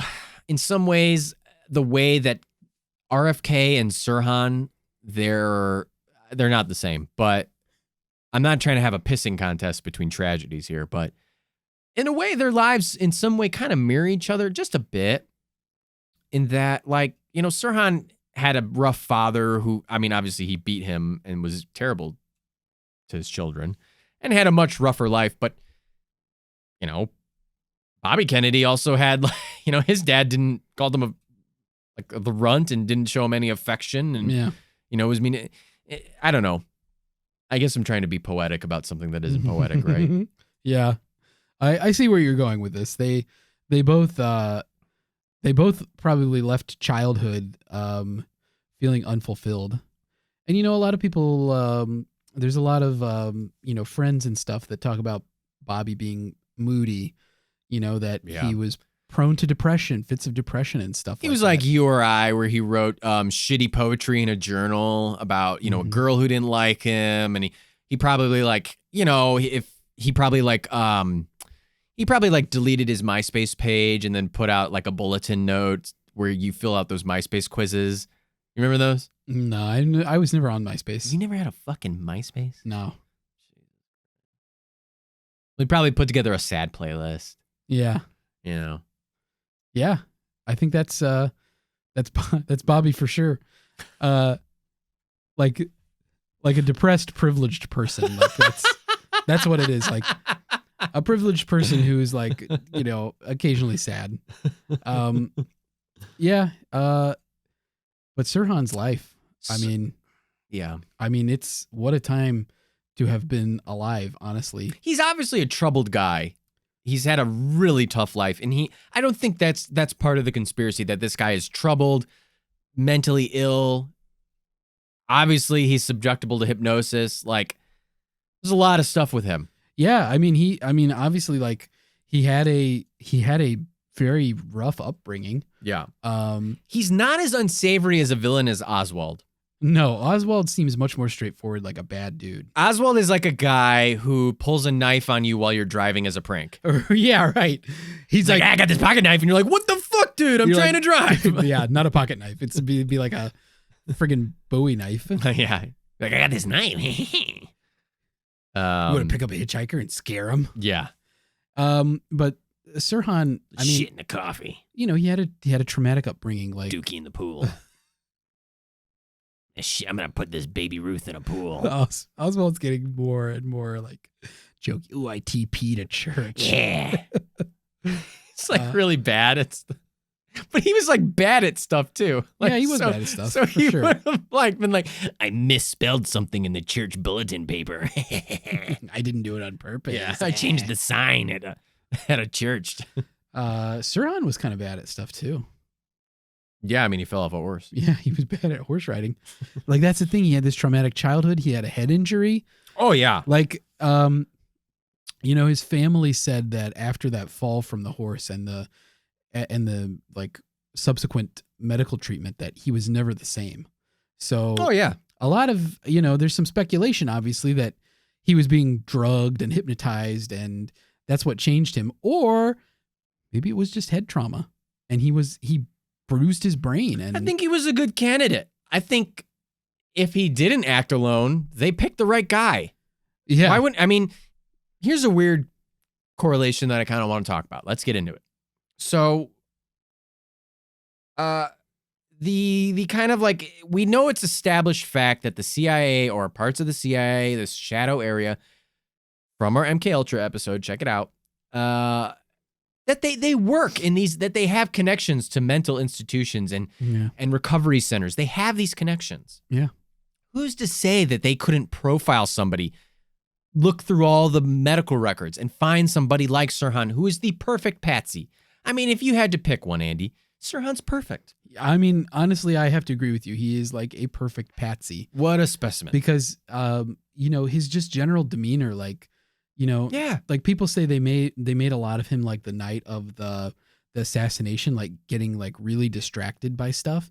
But like apparently like his family says that's just who he is. Like he's always been a person who just gets like really distracted by stuff, and he's easily distracted. He'll like sit there and stare at something, and like it's like he's in a trance, but he's just like easily captivated by things. Yeah, he's a troubled guy, mentally ill, head trauma. He's perfect. Yeah.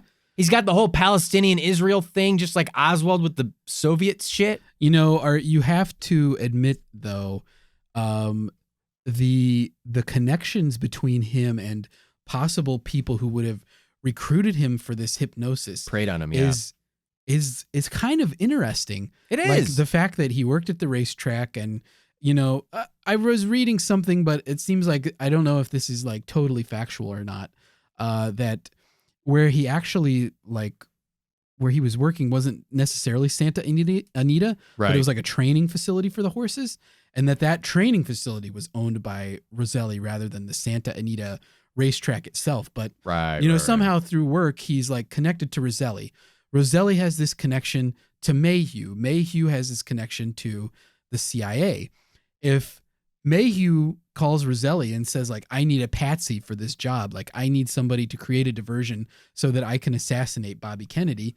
Yeah. If I'm Johnny Roselli, I mean, of all the people that I'm like seeing, who does it seem like I could probably take advantage of? Sirhan seems like how many workers does he have who are also Palestinian? Right. Like he stands out. It's not like he would have like, it's like you might say like, okay, well, how the fuck does Roselli know all of his workers like at the racetrack that he owns? Doesn't necessarily mean that he's operating it.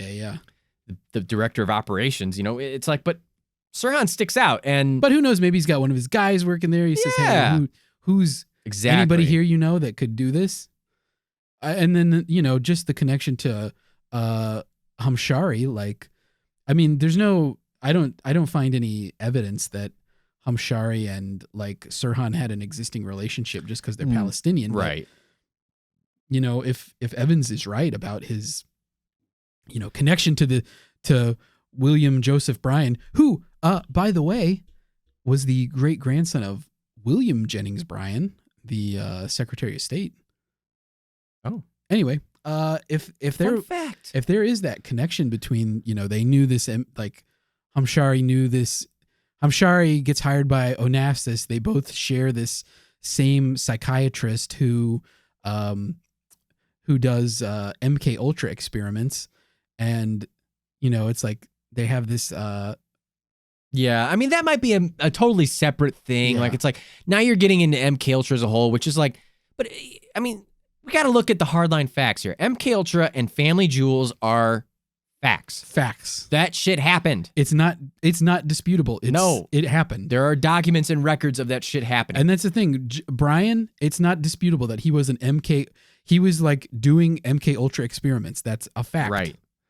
So, and Mayhew is like, he's just like, he is the most obvious beacon. Mayhew's position to the to the CIA, to the CIA is also a fact. Right. It is a declassified fact that the CIA paid him money every month so that he would be on retainer for them to do these things. Right. And the Castro thing, the prostitute thing for a foreign leader. Right. That's not speculation. That's in CIA documentation. That's a fact. Yes. Those things happen. So you start looking at that stuff and suddenly you're like, okay, like, I mean, is it really? It's not that much of a stretch to say like, yeah, he just got somebody to do the job for him. Yeah. I think he had pre-existing relationships. Yeah. Like there's this chain, and like Lisa Pease draws it out that like it goes right from the CIA to the murder of Bobby Kennedy. Yeah. Like, I mean, depending on how much how you feel about that, but like, there's the connections are there. Right. And, I think it's easy to kind of, to draw the connection, to put it. So I guess now it's like we're kind of back at square one. Did Sirhan act alone? And that's kind of that's the tough one, right? That's the thing. I think that if you're trying to decide what you think about this, you have to decide, did Sirhan act alone or was there a second shooter? And honestly, I think it's one of the harder questions in this whole thing to answer. So fucking difficult. And that's why I think the conspiracy theories are so prevalent. Yeah. Because, okay, there's no disputing this fact that Sirhan approached Right. He was Bobby there from the front. Like the layout of it, Bobby's coming through this kitchen. Sirhan's off to the side on this cart, this tray rack thing that had like a raised bottom, like a solid bottom. So he could stand on it and see over the crowd. So he steps down from it. He rushes past Carl Euchre, the hotel maitre d', and he starts firing at Bobby. Right. And so he and Bobby would have been like face to face, basically. But, people who were there, which is unfortunately a lot of the evidence in this thing. And we've already discussed said in magnitude how fucking memory is not and you said reliable sometimes. You said it last week, Art. That, and I said it great. Say it like how I said it. Witnesses say things all the time. You need some evidence to corroborate it. Doesn't sound like me. And a lot of witnesses, I'll say this just as an aside, a lot of witnesses to this thing said certain things at the time. As time went on, their stories became like bigger, badder, better. Oh, yeah. Other people said things initially, and then they, like under police questioning, the story changed. Yep. And then they changed it back after they were done with the police. But here's another thing, another little angle on this. The police were also like pretty aggressive about how they interrogated witnesses. So like there's this one campaign worker for Bobby who's like she's being interrogated is what I'm going to say. And she's telling the police about something that happened. And she keeps saying, this is the thing that happened to me. And the guy's like, no, Sandy, we've been over this. That's not what you saw. Yes. Like, this is you bad, saw this. This is bad police work. This is bad interrogation. This He's is like, bad. You don't want to tell me this. That's not what happened. And he's like, he just like browbeats her until she says what he wants her to say. Right. And, that's like, I mean, the witness testimony, it is what it is. Like, I don't know how, it's not reliable unless there's other evidence. And I agree with you totally in that. But what witnesses say, and there's a mixed bag here, like witnesses say that Bobby's like leaning, he's shaking hands with Juan Romero at the time. Right. And so he's like turned to his left, which exposes his right side. That fucking hot little right side of it. The right side is so much hotter than the left. Right side. Hoo-ah! Hoo-ah! Anyway. You've got to check out my right side. My right side is the best side. Now on to my right side. Now let's get shot. Chicago. So anyway, if he's turned, his right side's exposed.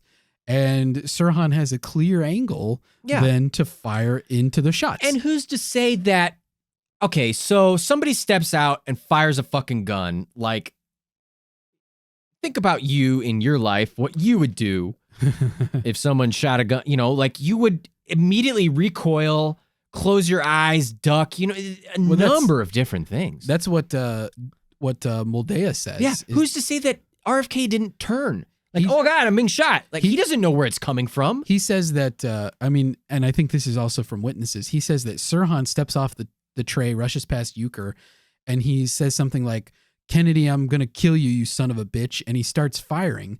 And so, like, he says, in his reenactment, like, Bobby's, like, cowering away, like, turning away. And he's, like, he bends over to try to avoid Not like getting his brother. shot. Yeah. Joe Sr.'s going to have something to say about that. Yeah, boy. I mean, JFK was so freaking stoic while his head's exploding. Meanwhile, Jesus Christ. Bobby cowering in fear. So and then he's there's a guy that's there too who's like a United Auto Workers representative, and his name's Paul Schrade, and he's one of the guys. He got shot in the forehead. Oh God. And he's one of the people that believes there was a second shooter, by the way. And he's like, he survived. Yeah, he survived. Wow. Full recovery, and he's still alive. Wow. He's still alive. See, there you go. The human brain. Yeah, it's incredible. And he's a big advocate for Sirhan now. He went to his last We got to talk about that too. He went to his last parole hearing and like urged them to let him go free because he doesn't believe that Sirhan actually fired that fatal shot. But in Moldea's reenactment, like Bobby's cowering and Schrade like falls on him or something, falls forward onto him, which Schrade says is not true. He says when he got shot, he fell backwards. But Moldea says that Schrade fell forward and knocked, spun Bobby around a little bit. And so that's how, he ends up with all these different, like the particular bullet holes that he's got. A 22 is not on the same level as a Carcano 6.5 either. Well, yeah. So if anyone's thinking like, oh, well, from kind of our ballistics, I'm no Rudy Tooty point and shooty, but I know that a 22 is a caliber that,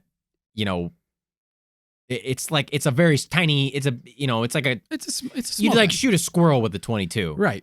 You wouldn't hunt moose or something, or like a fucking deer with a 22, Yeah, right? you're shooting groundhogs with your 22. Yeah. It's like a little, now I'm not saying that getting shot with a bullet. No, and I mean, the bullets, I mean,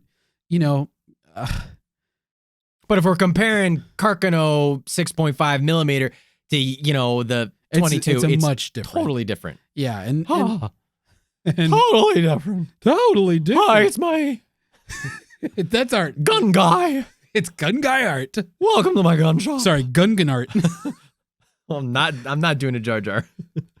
No, nobody should do that. Let's move on from this already. Yeah. Even though there is a high conspiracy that Jar Jar was an evil Sith Lord after all, which is what I want to believe for the prequels.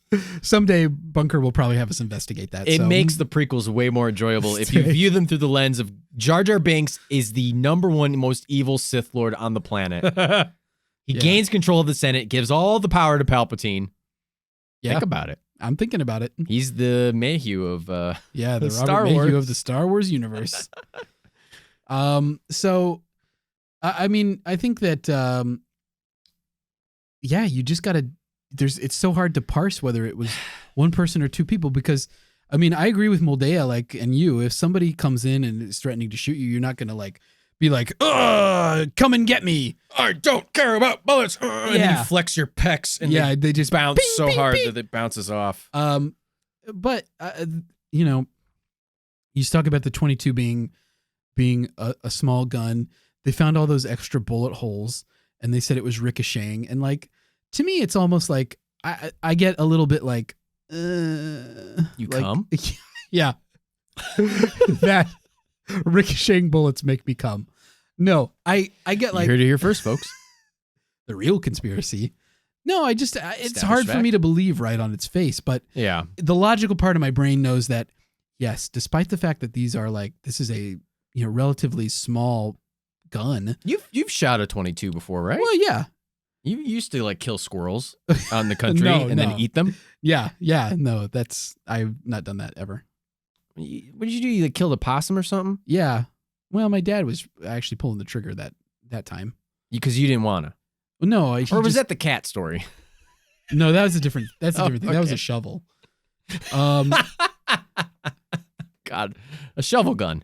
No, but a 22 is it's like a gun that everybody has. There's right? no recoil. Yeah, it's very easy to shoot. A kid can shoot it. Yeah, that's what I was shot in the barn behind our house. Right. That's when you're shooting glass jars and stuff.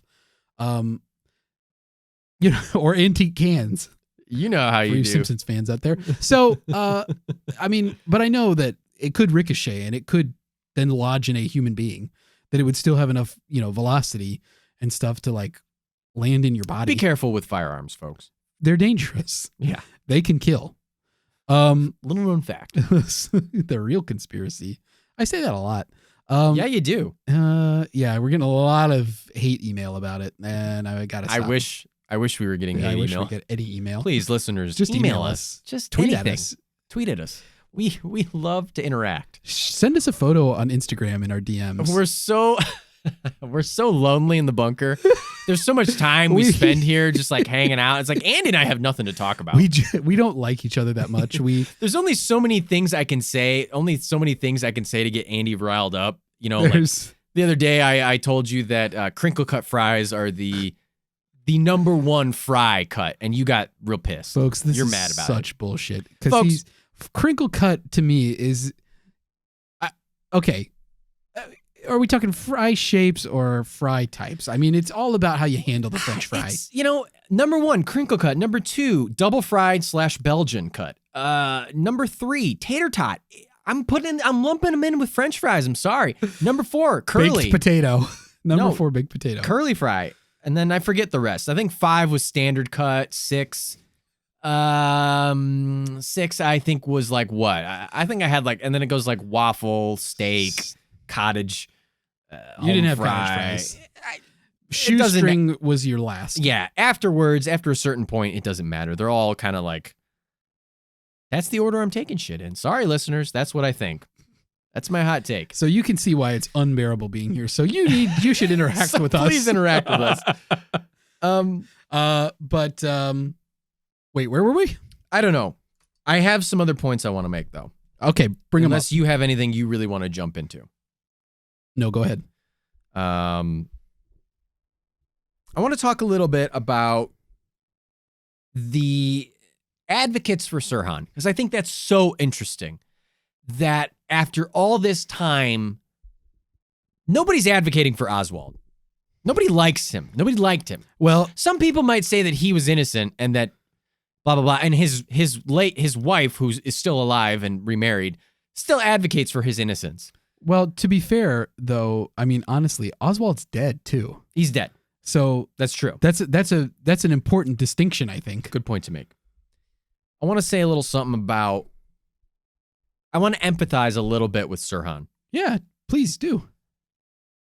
I understand that, you know, if you've ever been a part of a really important, and I haven't even been a part of a very important court case, you know, I was a part of a very small misdemeanor, but it was important to you. Well, you know, yeah. You put your life in someone else's hands. It's scary. You're listening to these lawyers, and you know, Andy, you have experience. You have family members who are part of the justice system. Right. You know what it's like dealing with them. Yeah, I do. They're not the most warm people, sometimes. Allegedly. And they don't give you yes or no answers. It's always this gray area with It's how I answer questions. There's always a qualifier. God. Yeah, trust me. Because you never answer in an absolute, because then your words can be misconstrued. You do this constantly. So you have to always it's qualify. Caused a lot of different arguments. Yeah, it has. And I don't apologize for that at all, because I don't have to. And I won't. So many arguments have happened between Andy and our friends in various text chains where at the end, Andy will say something and then the other person will go, "So you're agreeing with me?" And Andy will go, "Yeah, I've been agreeing with you the whole time." And it's like, what are you talking about? Okay, listeners, we've been arguing. I like to play devil's advocate a lot. Yes, you do. And I do like to challenge people's especially when they are very convinced of something. And another thing you love to do is to send out a controversial article or statement, not give your opinion on it, and wait for other people to react. And wait for other people to react for it. Yeah. You're like a shark. Yeah. You're like an evil trapdoor spider. Yeah. You're a pig, you're a shark, you're a spider. You're an animorph. I'm great. You're a wonder twin. I am tremendous. I am so smart. But I do empathize with him that his life was put in the hands of a bad lawyer, essentially. I mean, a crooked attorney. A crooked attorney. He's sitting there. He's this injured, mentally ill, abused man. At such a young age, his life is in the hands of this shitty attorney. You're sitting there in this giant trial. It's scary. You You're know, trusting these people. Yeah, for sure. And you know what though? I would say that Cooper, his strategy wasn't awful. It wasn't the worst thing. I think a lot of competent lawyers would do the same. But they would only do it if the evidence against the client is so convincing that they don't think that they can challenge it. But in this case, the evidence was hardly extremely convincing. You know, Dan Moldea, he's even said, you know, he wanted to find 2 shooters. He only found Sirhan Sirhan when he did his research. And he said he doesn't think that that's like a cop out because he thinks it's hard to get to that point. And and the LAPD did a really bad job of getting to that point, and yet Cooper doesn't challenge that at all. If he would have even put up the slightest defense, Sirhan probably wouldn't have been convicted because there's so much that you could doubt. He may have still been convicted, but definitely not a death sentence. Yeah. I mean, I think it would have been really easy, though, to sow doubt in the minds of the jury. Right. But instead, look at the doubt that has plagued people for years. I mean, and Sirhan did a bad job on the stand. I mean, he didn't help his case at all. You know. Why would you ever put your fucking client on trial when you know they got a bit of a screw loose, right? Yeah. Why would you ever do that? I'm not even a lawyer and I know that. I mean, that's the thing is Cooper, you know, who knows like what he was after. I mean, like he was compromised because of his own legal problems. He's a bad attorney. Yeah. And I think you made a really good point there, Andy, that it wouldn't be difficult to sow doubt, much like you sow your seeds. No, I don't. I'm sterile. And he's not talking surgery. I'm like Sirhan, allegedly. I'm shooting blanks. Oh, my God. Oh, Jesus. That was pretty good. I give you props on that one, Andy. Thank you. It's not difficult to sow doubt. Look at the amount of high-ranking people who never in a million years would you expect them to doubt Sirhan's guilt. Bobby Kennedy's son, RFK Jr., as I like to call him. RFK Jr. RFK Jr. believes that Sirhan is innocent and that there was a second shooter. The son of the man. Andy, you have to like understand though. Like you have to. I know it's difficult, but you have to empathize and understand the Like you have to understand the emotional weight of. I don't follow. I'm not understanding. This is a man who probably his whole life believed that Sirhan killed his father. Yeah. And now the amount of, I don't know the word because I'm dumb. Chutzpah? No. The fuck? I'm not sure where you're going. The amount of like emotional intelligence that it takes for RFK Jr. to say like, I forgive you. You want empathy. Empathy. That you did not kill my father. Yeah. That I'm not going to sit here and be angry and harbor a grudge against you just because I want to. Like, you have to understand. I mean, to get to that point, you have to be quite convinced. You have to be so convinced of the doubt that Sirhan did this. But I want to say this too. Okay. Just listeners, in the interest of giving you the whole enchilada. Yes. RFK Jr. is also an anti-vaxxer. And I think that's oh yeah, I forgot about that. Worth mentioning. About that part. Worth mentioning. He's actually currently in the news, teaming up with Jessica Biel and Justin Timberlake. And he already did one with Robert De Niro about like Robert De Niro vaccinations. Well. And they're fighting a California vaccinations bill. Yeah. So I forgot. You tell me if his judgment's all that great. Well, Andy, we have to be skeptics in all areas. Yeah. No, I mean, I do agree with you, though, wholeheartedly that, I mean, I can't imagine having to get the news that your parent was murdered. Yes. And then I can't imagine even more. Well, I can imagine a lot of things because I have a great imagination. Oh, yeah. I can imagine almost anything, but your brain is huge medically. It's difficult for me to feel that. You can't even fathom it, you know, because those it's emotions, because I don't. It's unreal. I don't know what I would feel. Where in do you those even begin? situations. And, to get to the point where you say this person who's been convicted of murdering your parent, you examine the evidence and say, I don't think that they did it. And then you meet with them in prison and you come out Multiple publicly times. after that and say, I'm okay with this guy. He should be set free. He didn't do it. Now, obviously, someone like me could do it because I have the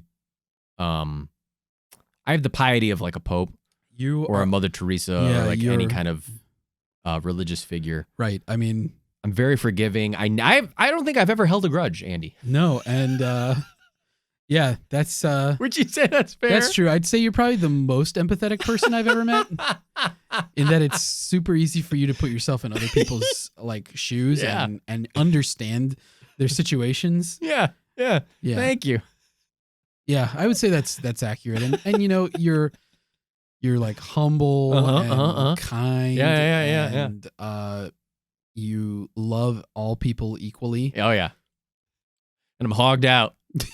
Yeah, totally. That's both of us, though. Totally to be fair. hogged out. Yeah. We're both hogged out guys. Yeah, it just means different things for us. You're hogged out and I'm a hog. I was trying to give you one, and you fucking still batted it down. I'll take it. Who hurt you? You did. You did this to me. Listeners, we're stuck in this bunker for way too long. Yeah. It's driving a wedge in our immaculate friendship Help us. and our immaculate conceptions. Yeah. Real wedge in that.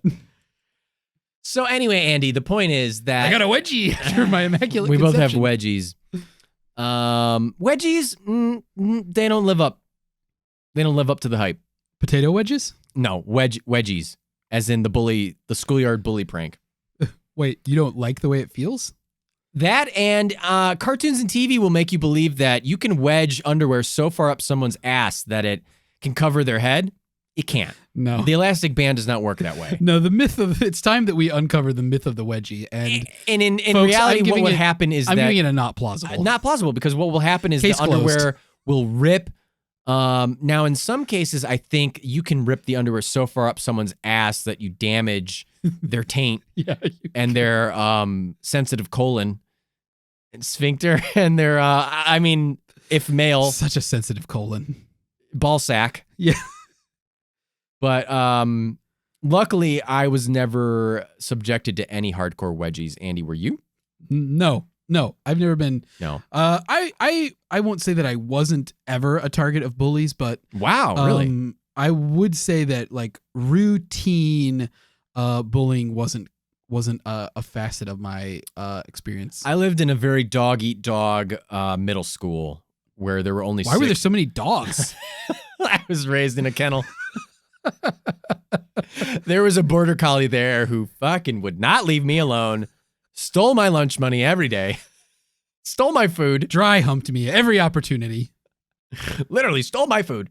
No, Ate my homework. I went to a middle school with only 6 other boys, and you better fucking believe I was not going to be at the bottom of that food chain. So I did what I had to do, is what I'm saying. Oh God. No, Oh God. no, I didn't wedgie anybody. Never did that. Oh, that's I Can't prove it because the evidence is lost. in someone's butt. We burned those drawers. You're like, you could get a job with the LAPD. No, that's where I had to develop my. I had to develop quick wit and Yeah. I You did a great sure job. did. Yeah. Man, lightning fast. Yeah, I did to survive. Yeah. Anyway, And it worked. what were we getting at? We're getting at that there's some doubt.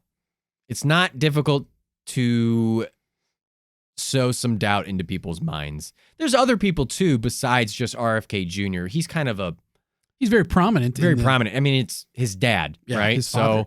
But interesting to note too is not all the brothers and sisters seem to be in agreement with him. Well, And he says it's just difficult for them to talk about, but that he's trying to convince them. there's 11 of them, yeah. Yeah. Do you have a number from research that you read? 10 of them. There were 11 total. I understand that, but how many agree that he's innocent? How many disagree? Oh no, I don't know. Because a lot of them haven't like made it clear. They don't what want to they talk feel. about it. Yeah, like they avoid it. That's probably the smartest thing to do. Honestly, with the way that we've been examining the Kennedy family, stay out of the fucking limelight and just don't run for office. Just fucking enjoy life. You've got it great. You don't need to run for office. I want to bring this up again. It's an insensitive question that I asked in the first round. Did the Kennedys bring this on themselves in some way? Yeah, I think it's a fair question. Is Bobby a little bit more than JFK? Because Bobby really fucking made a lot of enemies. Now, you're right. You've said this in the last episode that doing the right thing isn't something that should be punished. And it shouldn't make you enemies for trying to convict mafia members for working with civil rights activists, trying to break down trade deals that are bad or whatever else he did. But in some ways, he was kind of JFK's doer, right? You kind of said that. Yeah.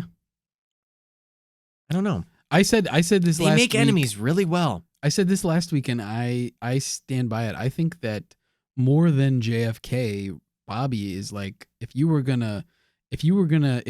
the government or the mafia or whatever, and you were gonna assassinate one of the two of them, like you could only assassinate one of them. Someone has a gun to your head and says, okay, you're going to take a gun and kill one of these people. And if you're Johnny Roselli and someone's got a gun to your head and says you have to kill one of the Kennedys, you're probably killing Bobby. Yeah. Because to me, JFK seems like maybe you could get him to play ball. But it seems like he'll go into the dirt a little bit more. He'll get dirty. I don't know that he would. Like, I don't know that things would have changed. This is all conjecture. Yeah, this is just complete speculation. But yeah, Bobby seems like, when he gets a nose for something, he's gonna go after it. Like he didn't like Hoffa. He didn't like Hoffa right from when they were on the McClellan committee. He didn't trust him. He didn't like his mafia connections and all this stuff. He went after him hard, even though people were like, just like, let it go, Yeah. Like move on. And there's other stuff to do. It's bigger fish to fry. Yeah. And other senators, like Walter Mondale, who was on the McClellan committee. I think I'm remembering that right. Right. Said that, or no, I'm sorry, not Walter Mondale. Barry Goldwater is what I meant, which those are pretty close. So you can see how. Yeah, very close names. Yeah. Barry Goldwater, basically, accused Kennedy in private of avoiding what he thought was the real issue at these labor hearings, which was the then president of the United Auto Workers, Walter Reuther, who honestly doesn't seem like a bad person at all. But I can't comment. Yeah. Okay. Thank you. Oh, I'm just saying I can't comment on that. So, I mean, I think that, there was opportunities for Bobby to probably let it go a little bit. Yeah. But that wasn't his style. I right. mean, he was dogged in his determination to do a thing that he set out to do. So I think in those cases, I mean, did he bring it on himself? Probably a little bit. I mean, more so than his brother. Yeah. I mean, I think it's obviously he was in any of these situations more than JFK. I think you could say that Bobby created, I don't know if I want to say an aura or opinions of himself that would probably more likely make people feel violently about him. Cause he was in mandatory Palestine. He saw the, almost the end of the British mandate, which was the establishment of Israel. And then, it's there were so many Arab people, Palestinian people who were just uprooted by that just didn't have any. And he didn't step up. Yeah. I mean, and he was enamored more with the Jewish population. And, it's if Sirhan held a grudge for that, it's hard to say that he was that he shouldn't have done that he shouldn't have felt that way. If you're a mafia person,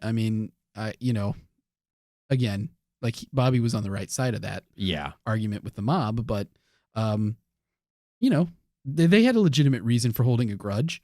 The same way with the CIA. I mean, it's probably more tenuous of those three, the CIA, but there's good reason to suspect that, if JFK had another term, if Bobby had been elected, that he probably would have really put the CIA in check on a lot of this stuff. That's another good segue into a point that I think there's a big connection between these two brothers, is that they were anti-military industrial complex. Were they though? Weren't they? I don't know. I said in the research that they were both anti-Vietnam War. Well, I don't know that JFK was really anti-Vietnam War, right? It wasn't? I mean, he didn't end it. Yeah, but he also didn't escalate it. Which, He sent more people. He did? Yeah. I thought we'd said in the research that he that like him and LBJ butted heads on it. Well, yeah, I think LBJ wanted to be more involved than what they were, but yeah, I wouldn't say that JFK was exactly like anti-war, okay. But neither was Bobby probably at the time. But then, after he became a senator, he really took on these anti-war views, and he became like a critic of LBJ's Vietnam policy. Right. Well, I mean, what do you make of that? I mean, do you see any connection there? In what sense? Well, I guess you don't agree that they're that like they were both anti-military. Yeah, that complex. Like candidates who tend to be anti military industrial complex tend to like. I don't think so. Not get that, like the shadow governments and different powers that be are like, nah. Yeah, right. Like that's we need to fuel that machine. Well, I mean, I think that Bobby kind of like grows into maybe something of that. Yeah. Which, I mean, if you say that like this, the CIA wanted Nixon to be president, it kind of makes more sense. I think than Bobby, but I don't know that I would say that he's totally anti-military industrial complex. I think it's just like, I don't think anybody thought that the CIA was doing the right things. I think that they kind of felt like it was off the rails. Yeah. And so, I mean, I think that if the CIA was butthurt about it, that they were mad because people were putting them in check. And I feel like Kennedy's were probably more like, it's like that whole thing of like, no, we're in charge. You don't like operate outside of our boundaries. Like if I'm the president, you take orders from me. Right. That's a good point. And, this is getting a little off topic, but it is interesting, the connection between that and the whole like Timothy O'Leary stuff, where this could come up in a follow-up episode to MK Ultra with, tuning in and dropping out, that kind of whole fucking like dogma that plagued the counterculture movement, that some people feel a bulk of the counterculture movement was devised as an MK Ultra thing, where they wanted people to not look into the shit they were doing. They wanted people to not give a shit about family jewels and all this fucking weird shit. Yeah, it's what's interesting. Like Lisa Pease kind of makes that same point, is that this was like, people became sort of like disengaged from the government. Right. But I think if anything, like only a few short years later, people probably come back in a big way to questioning the government, because I think for a lot of United States history, people didn't question the government that much. It's like people generally thought that the government was acting in their best interest. Right. And then Watergate is like this watershed moment for people, where it released the floodgates. People really broke into feeling like the government was maybe not always operating in their best interest. They took the tape off of their eyes and opened them tapes. Yeah. People decided to start going, what the expletive deleted is going on here? They deep-throated ideas. The deep-throated. Who came up with the name Deep Throat? I don't know. Come on. Did you not see what you were opening yourself up to? That years later, two amateur comedian podcasters would make a joke about sucking dick? That's right, Watergate. We got you. We made a joke about fellatio. Fucking dunked on. We're the first ones to think of that, by the way. We are 100%. And that's copyrighted. And Yep. if anybody tries to make a deep throat oral sex joke, I swear to God, we will get mad about it in private, but then do nothing about it because we avoid confrontation. Sue you into the Stone Age. Anyway, Watergate, you were saying people started tuning in a little bit more. I think that's Paying like, attention. I think that's like a return to Yeah. people saying like, whoa, hey, like, you know, we need to be watching what the government's doing because the people in the government are not always acting in our best interest. Right. Even if the government on a whole as a machine is typically operating in the best interest of at least some people, the individuals who are making up the government don't always do that. Right. And so if there's widespread malfeasance, it leads to terrible consequences. Terrible. I'm not a crook. Aroo! Aroo. What is the fascination with people born in your generation with Nixon? What? You're like really like you like have so many Nixon references. I don't know. Like What do you mean? you're just like all about Nixon. Oh, And there's something about the people. what a who, weird thing to say about me. I'm all about Nixon. You just like you have a lot of Nixon references, and I think it's because you grew up watching The Simpsons Right? No, probably Futurama. and Futurama.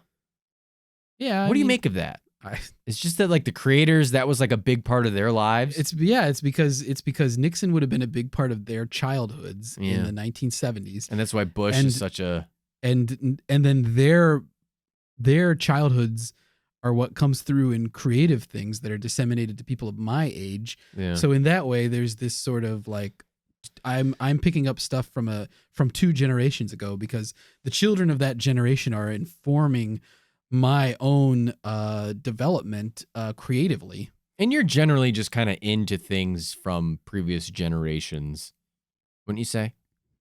Like Yeah. you seem like the kind of guy Fair. to walk up and be like, "So American Bandstand." Yeah, who wants to talk about Dick Clark? I mean, you're a big Beach Boys fan, Yeah, and I'm one of the largest. I had to buy 2 tickets to their you got that concert. title back Yeah, largest Beach Boys fan. from that Ralphie May lookalike who has you beat. Yeah, the only thing is he has the Hawaiian shirt and I don't have that. But he had gastric bypass, and so Oh, that fucker. I can eat all I want, Yeah. and I do. Anything else we're missing here, Andy? Anything else you want to cover? Any notes you have that you want to touch on? I think that we should talk a little bit about Aristotle Onassis. Oh yeah. We totally We've talked about the I mean, that's another MK Ultra type of thing. we but greased over here. Is grease? Yeah. Italians are greasy. Una razza, una fazza. Una razza, una fazza. One race, one face. So I don't know. This one is pretty interesting to me because I mean, the thing about it is that Evan's book is like largely based on hearsay. So like how he arrived at this, just to like give a little bit of backstory on that, is he was hired by Aristotle Onassis to write a biography. And so obviously Aristotle Onassis had some things that he wanted in the book and all that. He wanted to really shape the narrative. And eventually it ended, their partnership ended, and the book wasn't finished. And then like later on, Aristotle called him again, like close to his death, and wanted him to do this. And so he finished the book. And when the book came out, there was like somebody he met with who was like Aristotle Onassis's like top deputy. And the guy said, well, you've done a pretty good job getting at who he really was, but you haven't gotten the whole picture. And he wouldn't say anything more about it. And so then Evans is having Aristotle Onassis's daughter, Christina, who, by the way, her name was he named his yacht Christina, the one where he seduced Jackie Kennedy. Gross. I think it was that one. It might have been the yacht before that. But anyway,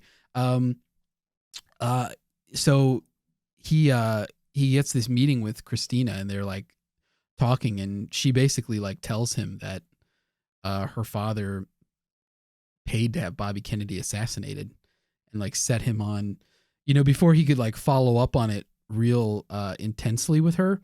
She like was found dead in her bathtub. And so Why?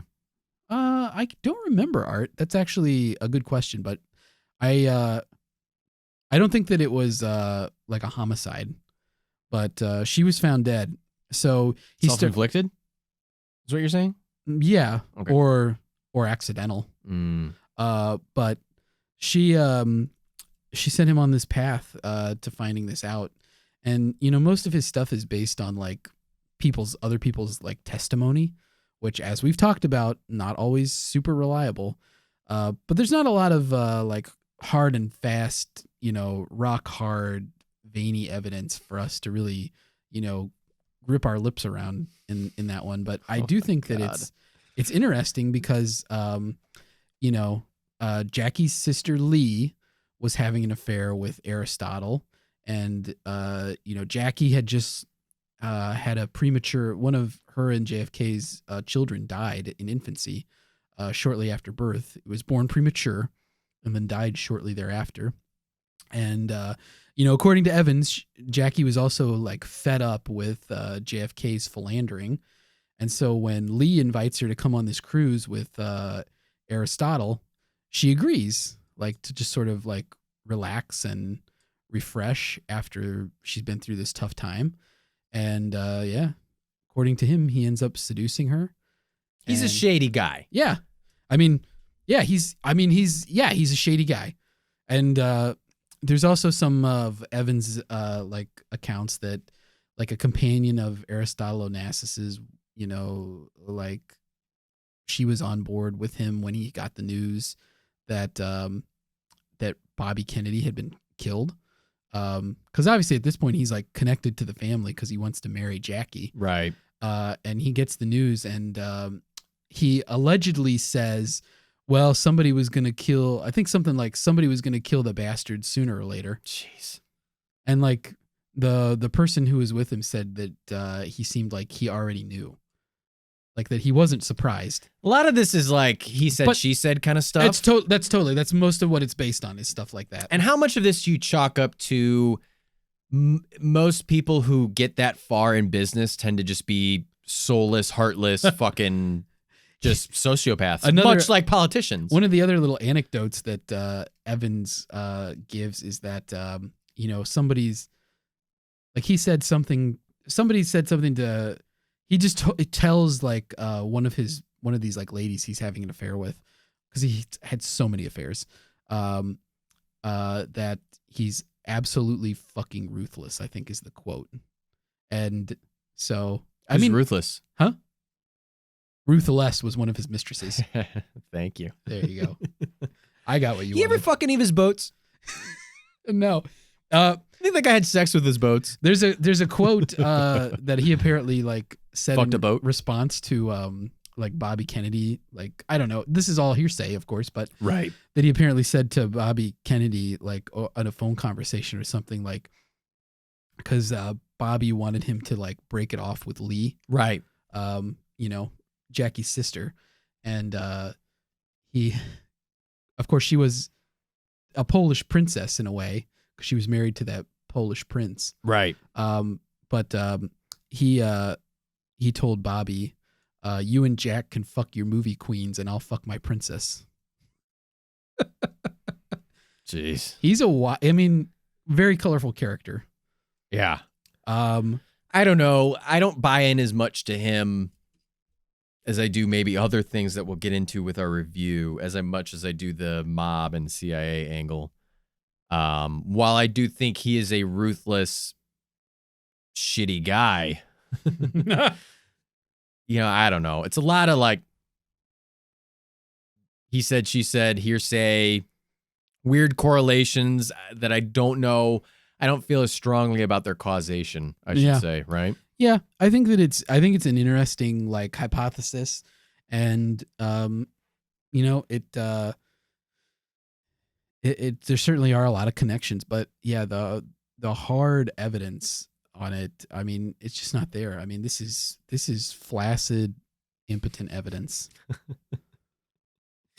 This is as Ralphie May once called Is every reference you make today going to be a Ralphie May reference? trying to fuck with a rope, I think is what he said.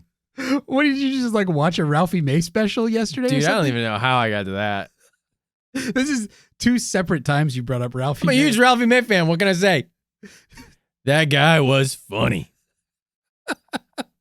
Rest in peace. I don't know how I landed on that Ralphie May quote. Don't even ask. Plus, you said a Ralphie May lookalike or whatever. Well, earlier. I just I pulled that out because he was a very large man. Yeah.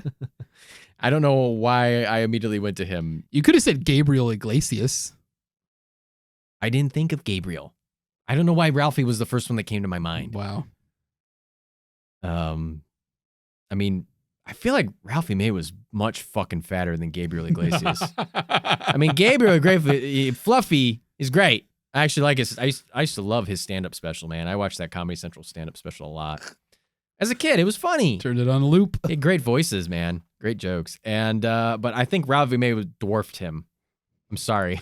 You think that he would have looked like a svelte individual next to Ralphie May? Yeah. Yeah. All right.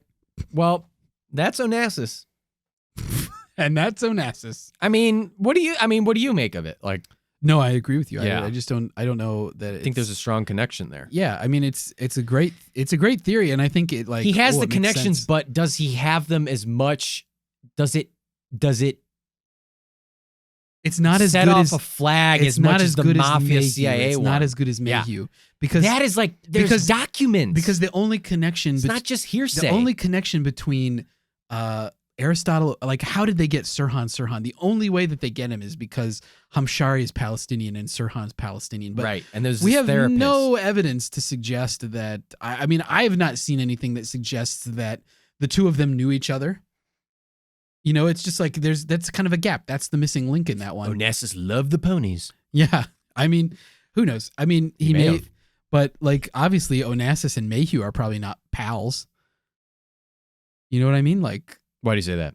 because Mayhew wiretapped him in the Oh, whole, right. in the whole Saudi Arabia thing. Right. I mean, so that's a funny connection, but it's like it also I think works against the hypothesis put forward that Those Aristotle conspiracies paid for it. are. I mean, obviously, it seems like his motive is not like great because the enemy of my enemy is my friend. very good point. The real thing is they say that like Aristotle Onassis thought that like Bobby Kennedy would never agree to letting him marry Jackie because Jackie wanted to get Bobby's like blessing on it. Right. And so they say. And you know, Aristotle Onassis didn't think that even after, you know, he would win the he might win the election, he might lose the election, whatever happens, the election's gonna end and then he's still not gonna, you know, say that it's okay. Because Bobby allegedly said that they would only get married over his dead body. What they did. And they did, over his dead body. Yeah. They got married right on top of his grave in a very weird ceremony. God.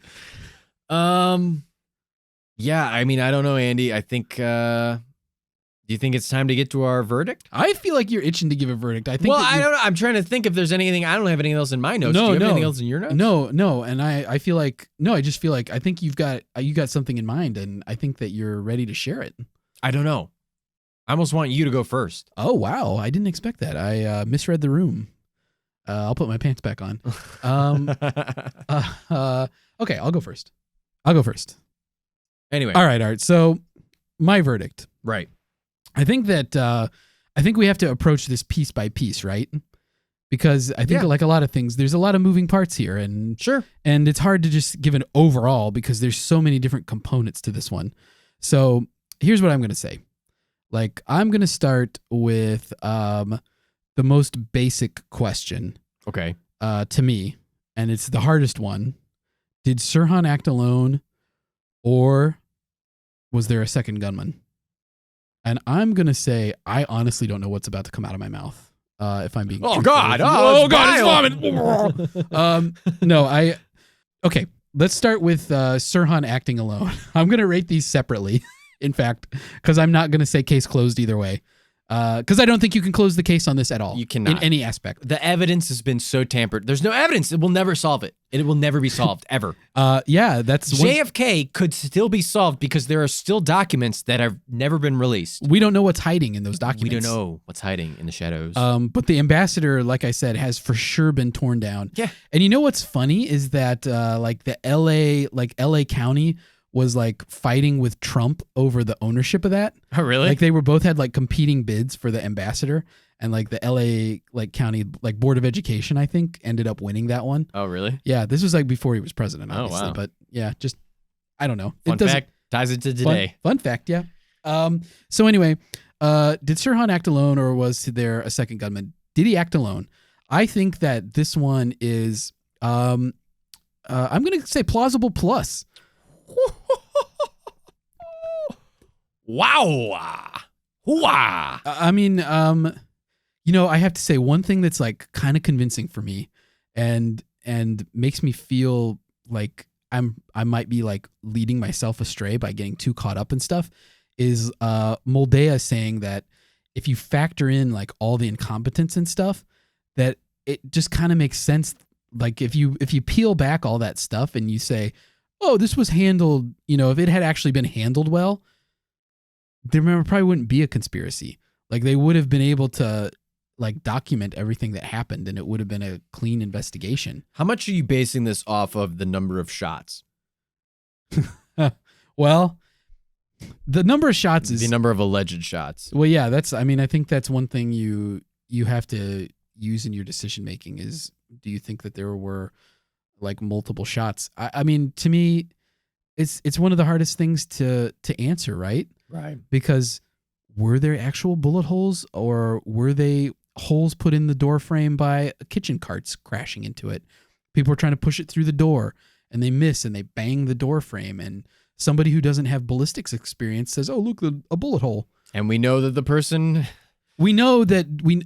lead investigator was a piece of shit. Dwayne Wolfer said that it wasn't. You know, he said that there weren't bullet holes in the door frame, but then he went and destroyed the evidence, and so we'll never know. You know, but you know, the audio recording where there's 13 shots. I mean, as we learned last week, the audio recording is probably not a great thing to base your. This is like what is it? Late 60s audio technology. It was, yeah. This Stanislaw Przynski was he was a freelance like journalist. And so he had just like a kind of cheapy like audio recorder that he had with him, and he just happened to like have it rolling when the shots were fired. Right.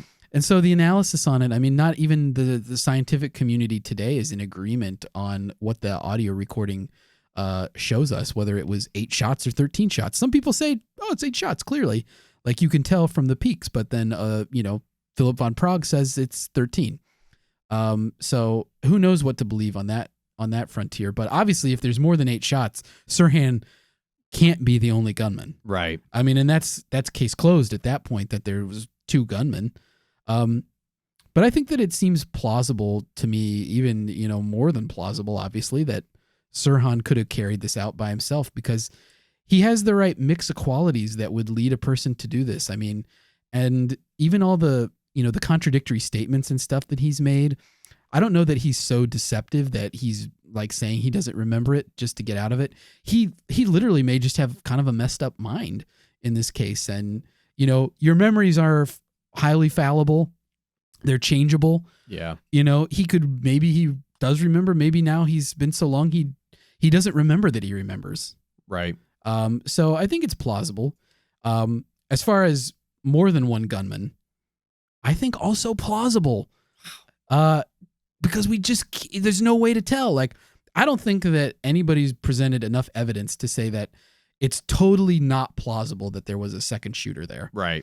You have doubts. I have enough doubt to tell me that you have a shadow of a doubt. It's plausible that somebody else somebody else fired the shots. I mean, I think the Caesar connection is a really interesting one. We didn't even talk about Caesar. Yeah, I mean, the link to him and Mayhew, the fact that they had a relationship, the fact that Mayhew would have had probably access to Howard Hughes' suite that was always at the Ambassador, reserved for Howard Hughes. Like there, I mean, you know, because some people say, well, how would they stage all this and how do they ensure the timing and stuff? If you have a room in the hotel, it's easy. Yeah. You don't have to worry about getting in. You're already in the building. Yeah. And you have a legitimate reason for being there. Right. And so, I mean, I think that that's like And really... who knows what having the Howard Hughes suite at the Ambassador Hotel also entails you to. Yeah. Maybe back entrances, maybe Howard service Hughes, stair lifts. fan of back entry.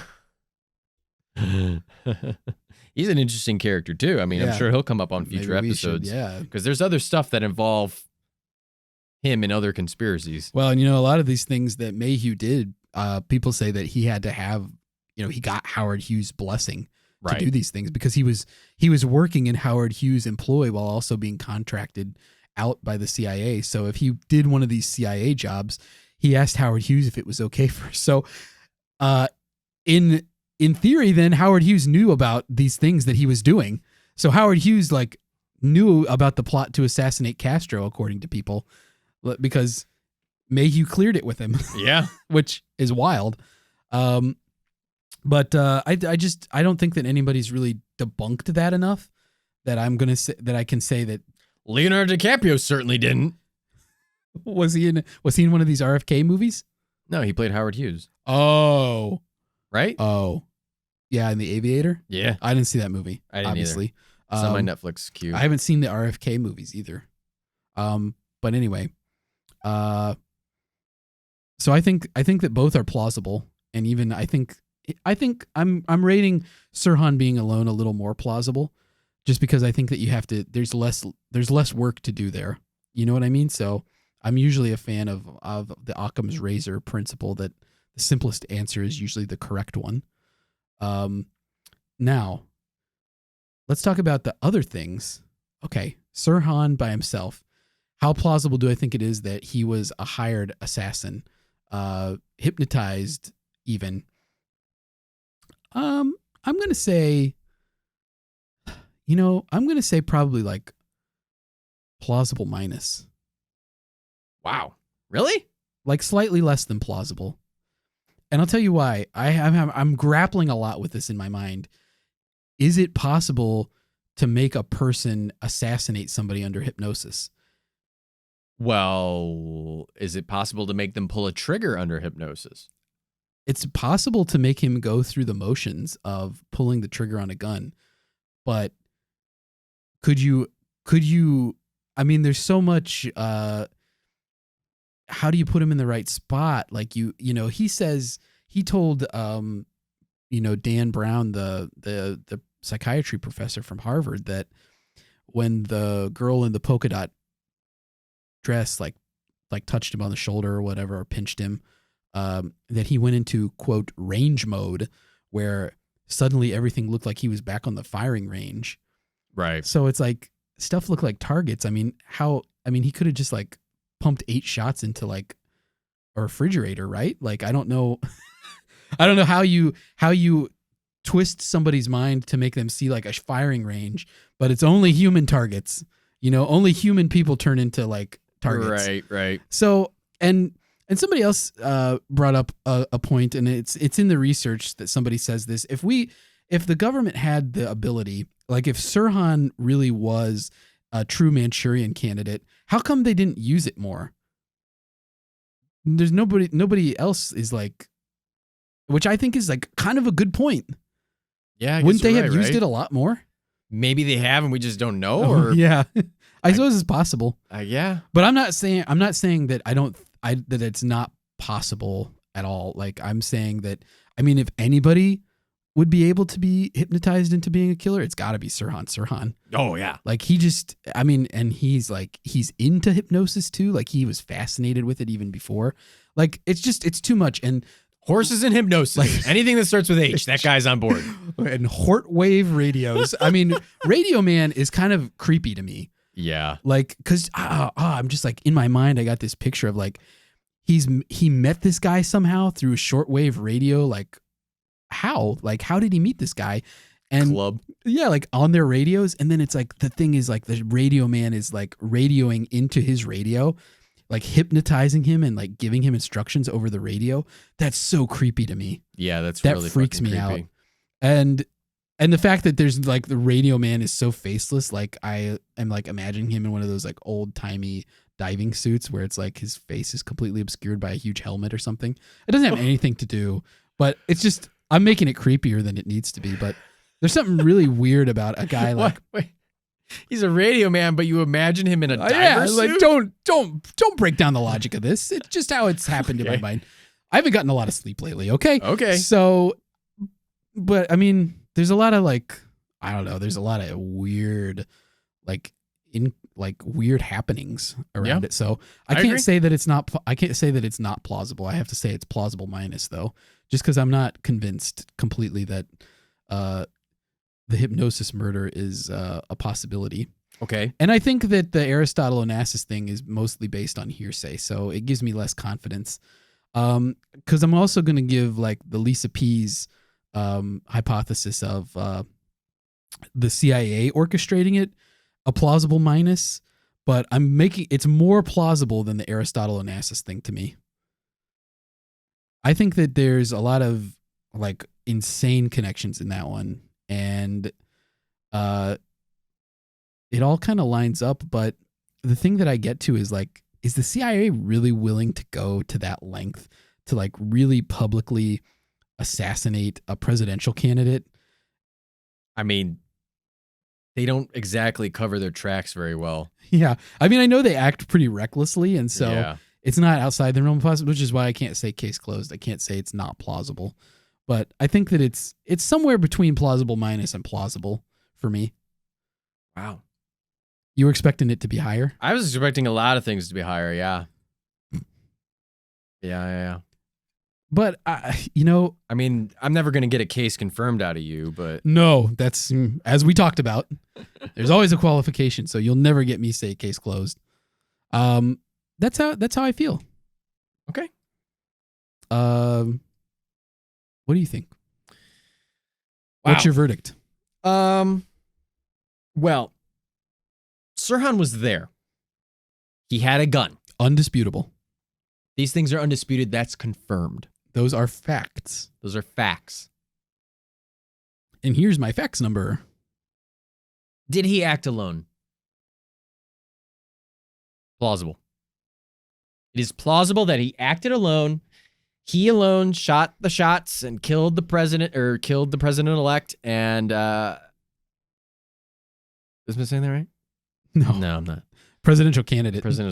Sorry. The Democratic presidential candidate. Listeners, I skipped lunch, okay? And my blood sugar is quickly dropping. He wasn't even the nominee yet. He wasn't even the nominee yet. You're right. The candidate. Presidential candidate. Plausible. I think it's entirely plausible that he, whatever conspiracy you want to say, that he showed, because it's confirmed. He's there with a gun. Why are you there with a gun? Why are you there in where RFK is at in this back room of a kitchen with a gun? Why? Oh, you know what? Here's an important part that maybe I should have mentioned at some point before now. Oh, okay. That might impact your judgment here. Oh, Jesus.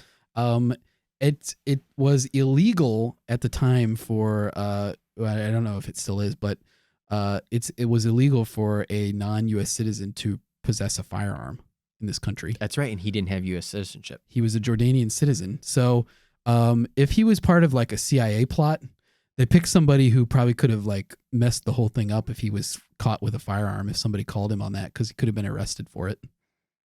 But he could have just gotten the gun day of. But of course, if the CIA is part of it, then no, he didn't get the gun day of though. Oh, he didn't. He took it to the range and stuff and practiced before. Oh, right, yeah.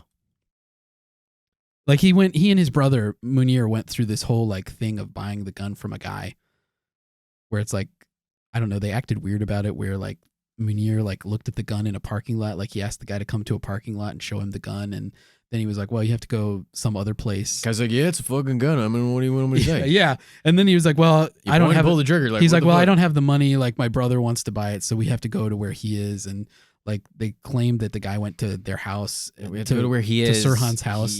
But then they said they met at like a corner somewhere. So it's very like convoluted. But they probably went to those lengths because they couldn't just go to a gun shop and buy it. Okay.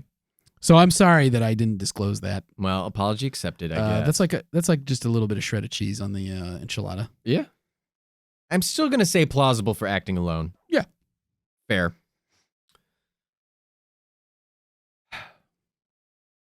Second gunman. I have to also give it plausible. Mm-hmm. I'm leaning towards plausible plus. Oh, so you're opposite me. You think second gunman more plausible maybe than single gunman. There's just so much going on. Who's to say that someone else didn't pull out a gun and pop off a shot or two? I mean, Caesar had a gun. he had a gun. He had the 22. He carried a 38 and then later sold the 22. Sketchy, but at the same time, maybe he's just trying to cover his tracks. Like, oh fuck, yeah, I don't have that gun.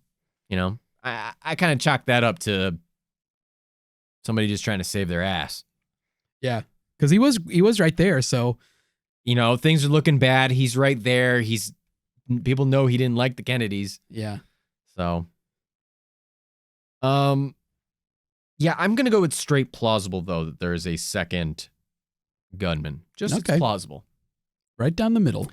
Right down the middle, which I know is shitty, but listeners, We were looking for the art hot take here. Onassis, Mm-hmm. plausible minus. You and Okay. I are both kind of I think we feel the same way about feel that. the same way about that. Mafia/CIA conspiracy. I have a feeling you're into this one. The Mafia/CIA conspiracy that somehow they either hypnotized Sirhan, gave Sirhan the access, did something, put Sirhan in the right place, made Sirhan the patsy at the very least, while a second gunman actually carried out the job. Highly plausible. Wow. I just have to. I just got There it this. is. There's this weird itch with it where it's just, there's just too many. It's just, there's too much. We know too much about these documents. We know too much about these like plots that they have. And you say, well, would you really put it past them? I say probably. They don't show a lot of remorse for doing things that they want to do when they want to Yeah. do it. They've got the guy, this Mayhew guy, who has the access, has the motive, has the ability. We know that they can drug people. We know that they can get psychiatrists on their books to do things that they want to do. Yeah. I don't know what they did. I'm not going to break down that they fucking hypnotized them or whatever. I'm just saying that there's a lot of pieces of the correlation puzzle that point to the causation of Mafia/CIA connection. Yeah. Mafia wanted him gone. We know that they work with the CIA. I can't, I'm not going to case close it. I'm not going to say that this is what happened, but so I think I am taking the Lisa P's kind of argument hypothesis a little bit stronger than you. Yeah. Would you give it? You said plus. No. Minus. Oh, you said minus. But I said higher than Onassis. Yeah. I'm doubtful. Really? Mm-hmm. Huh. But so you honestly, your thing, if you had to pick, was that Sirhan's just a wacko and he went in and did it. well, I don't want to say the word wacko. I mean, I don't think that's. I mean, those are your words. Well, we can't dispute that. I did say it just now, so it's on tape.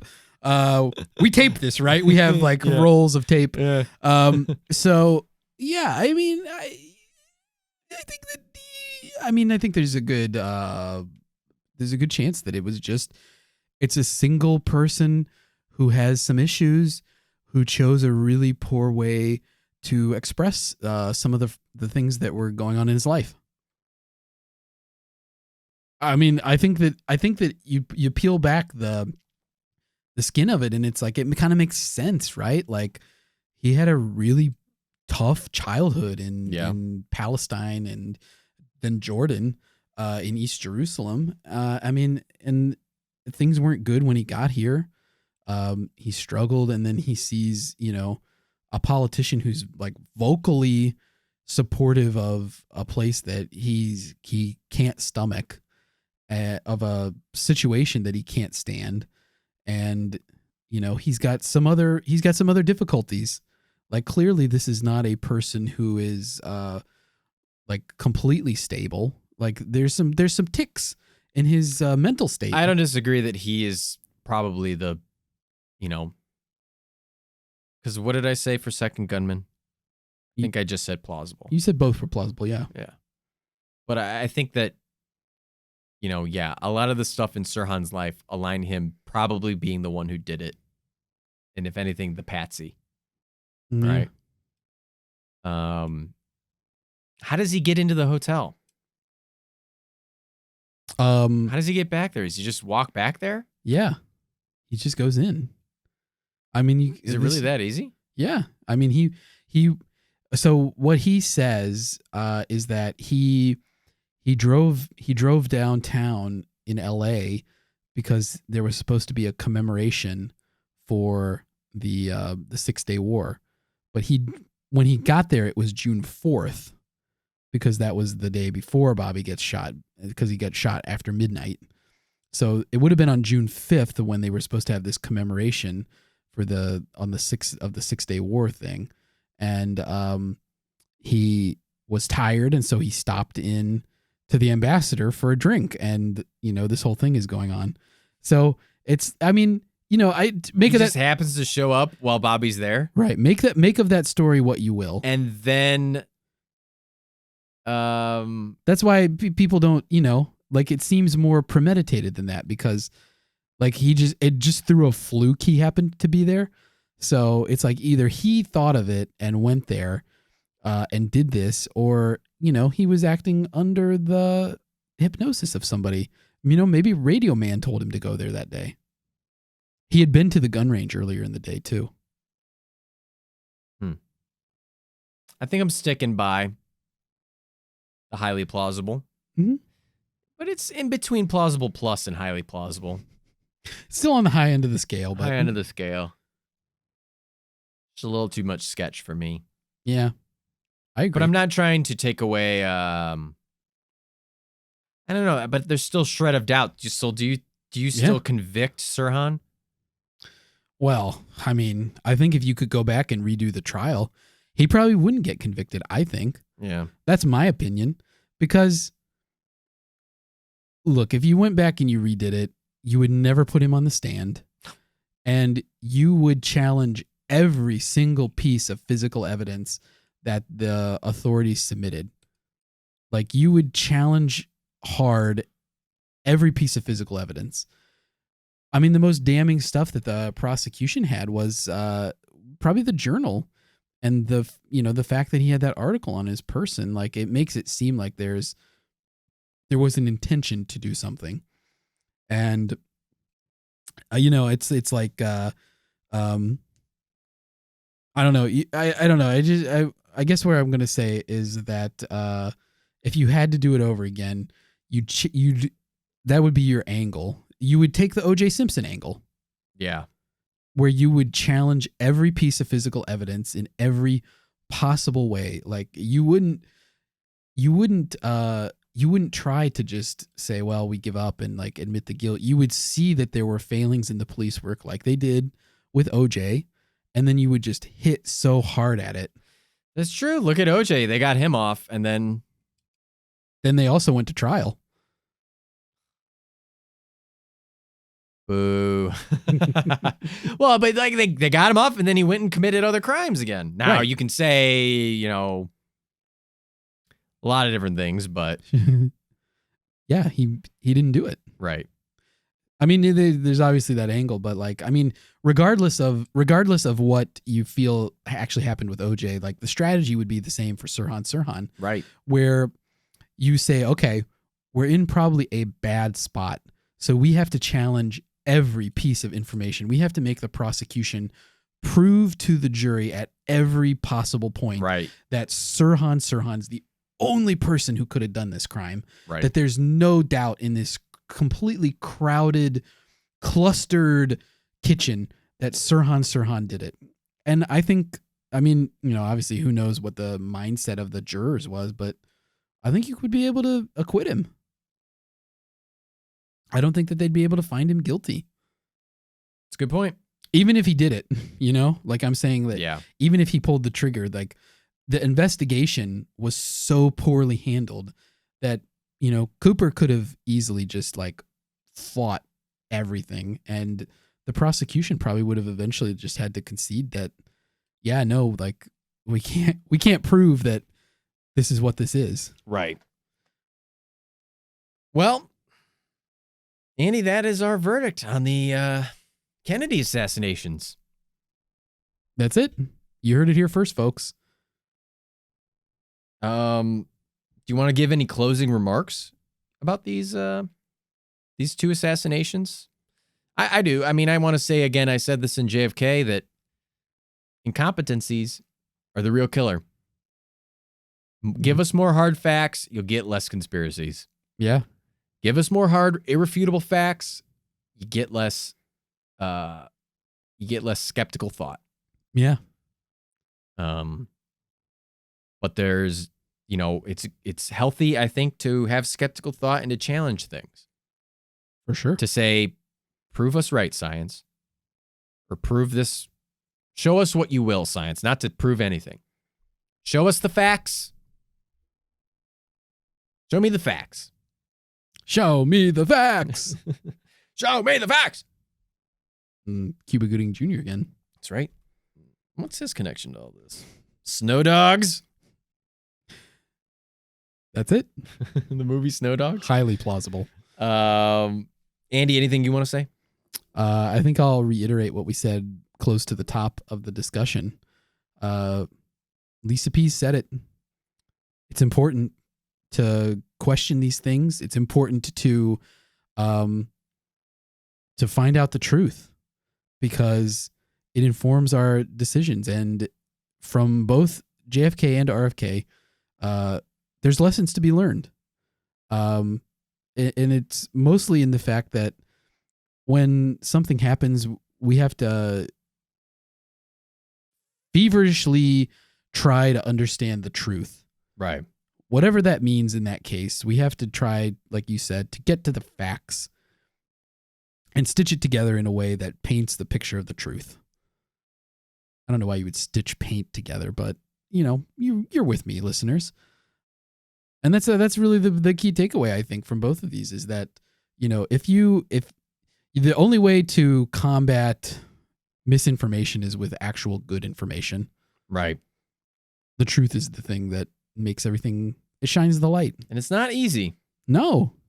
Proving that Sirhan Sirhan did it would not be easy. Right. But if they had handled it correctly, maybe that's where they would arrive. Maybe not. Maybe they would have proved that it was a second gunman. Nothing is easy to prove in this case, but it could have been done. It could have been done, listeners, and we could be done. This might be the last time we ever talk to you. This might be. Might not be. We can never really know, Folks, life is a mystery. Yesterday is history. Tomorrow's a mystery. Well, Andy, I think that about does it. That's it. That was our. Oh no, Art froze. No. We'll correct that in post. We take out pauses sometimes. Anyway, listeners, I want to thank you once again for making it through this big old platter of enchiladas. I hope you're full. You guys are hungry. You've got to have belt popping fullness right now. We really appreciate you guys listening to the show. We hope you like it. And those of you who aren't guys. Okay. Thanks.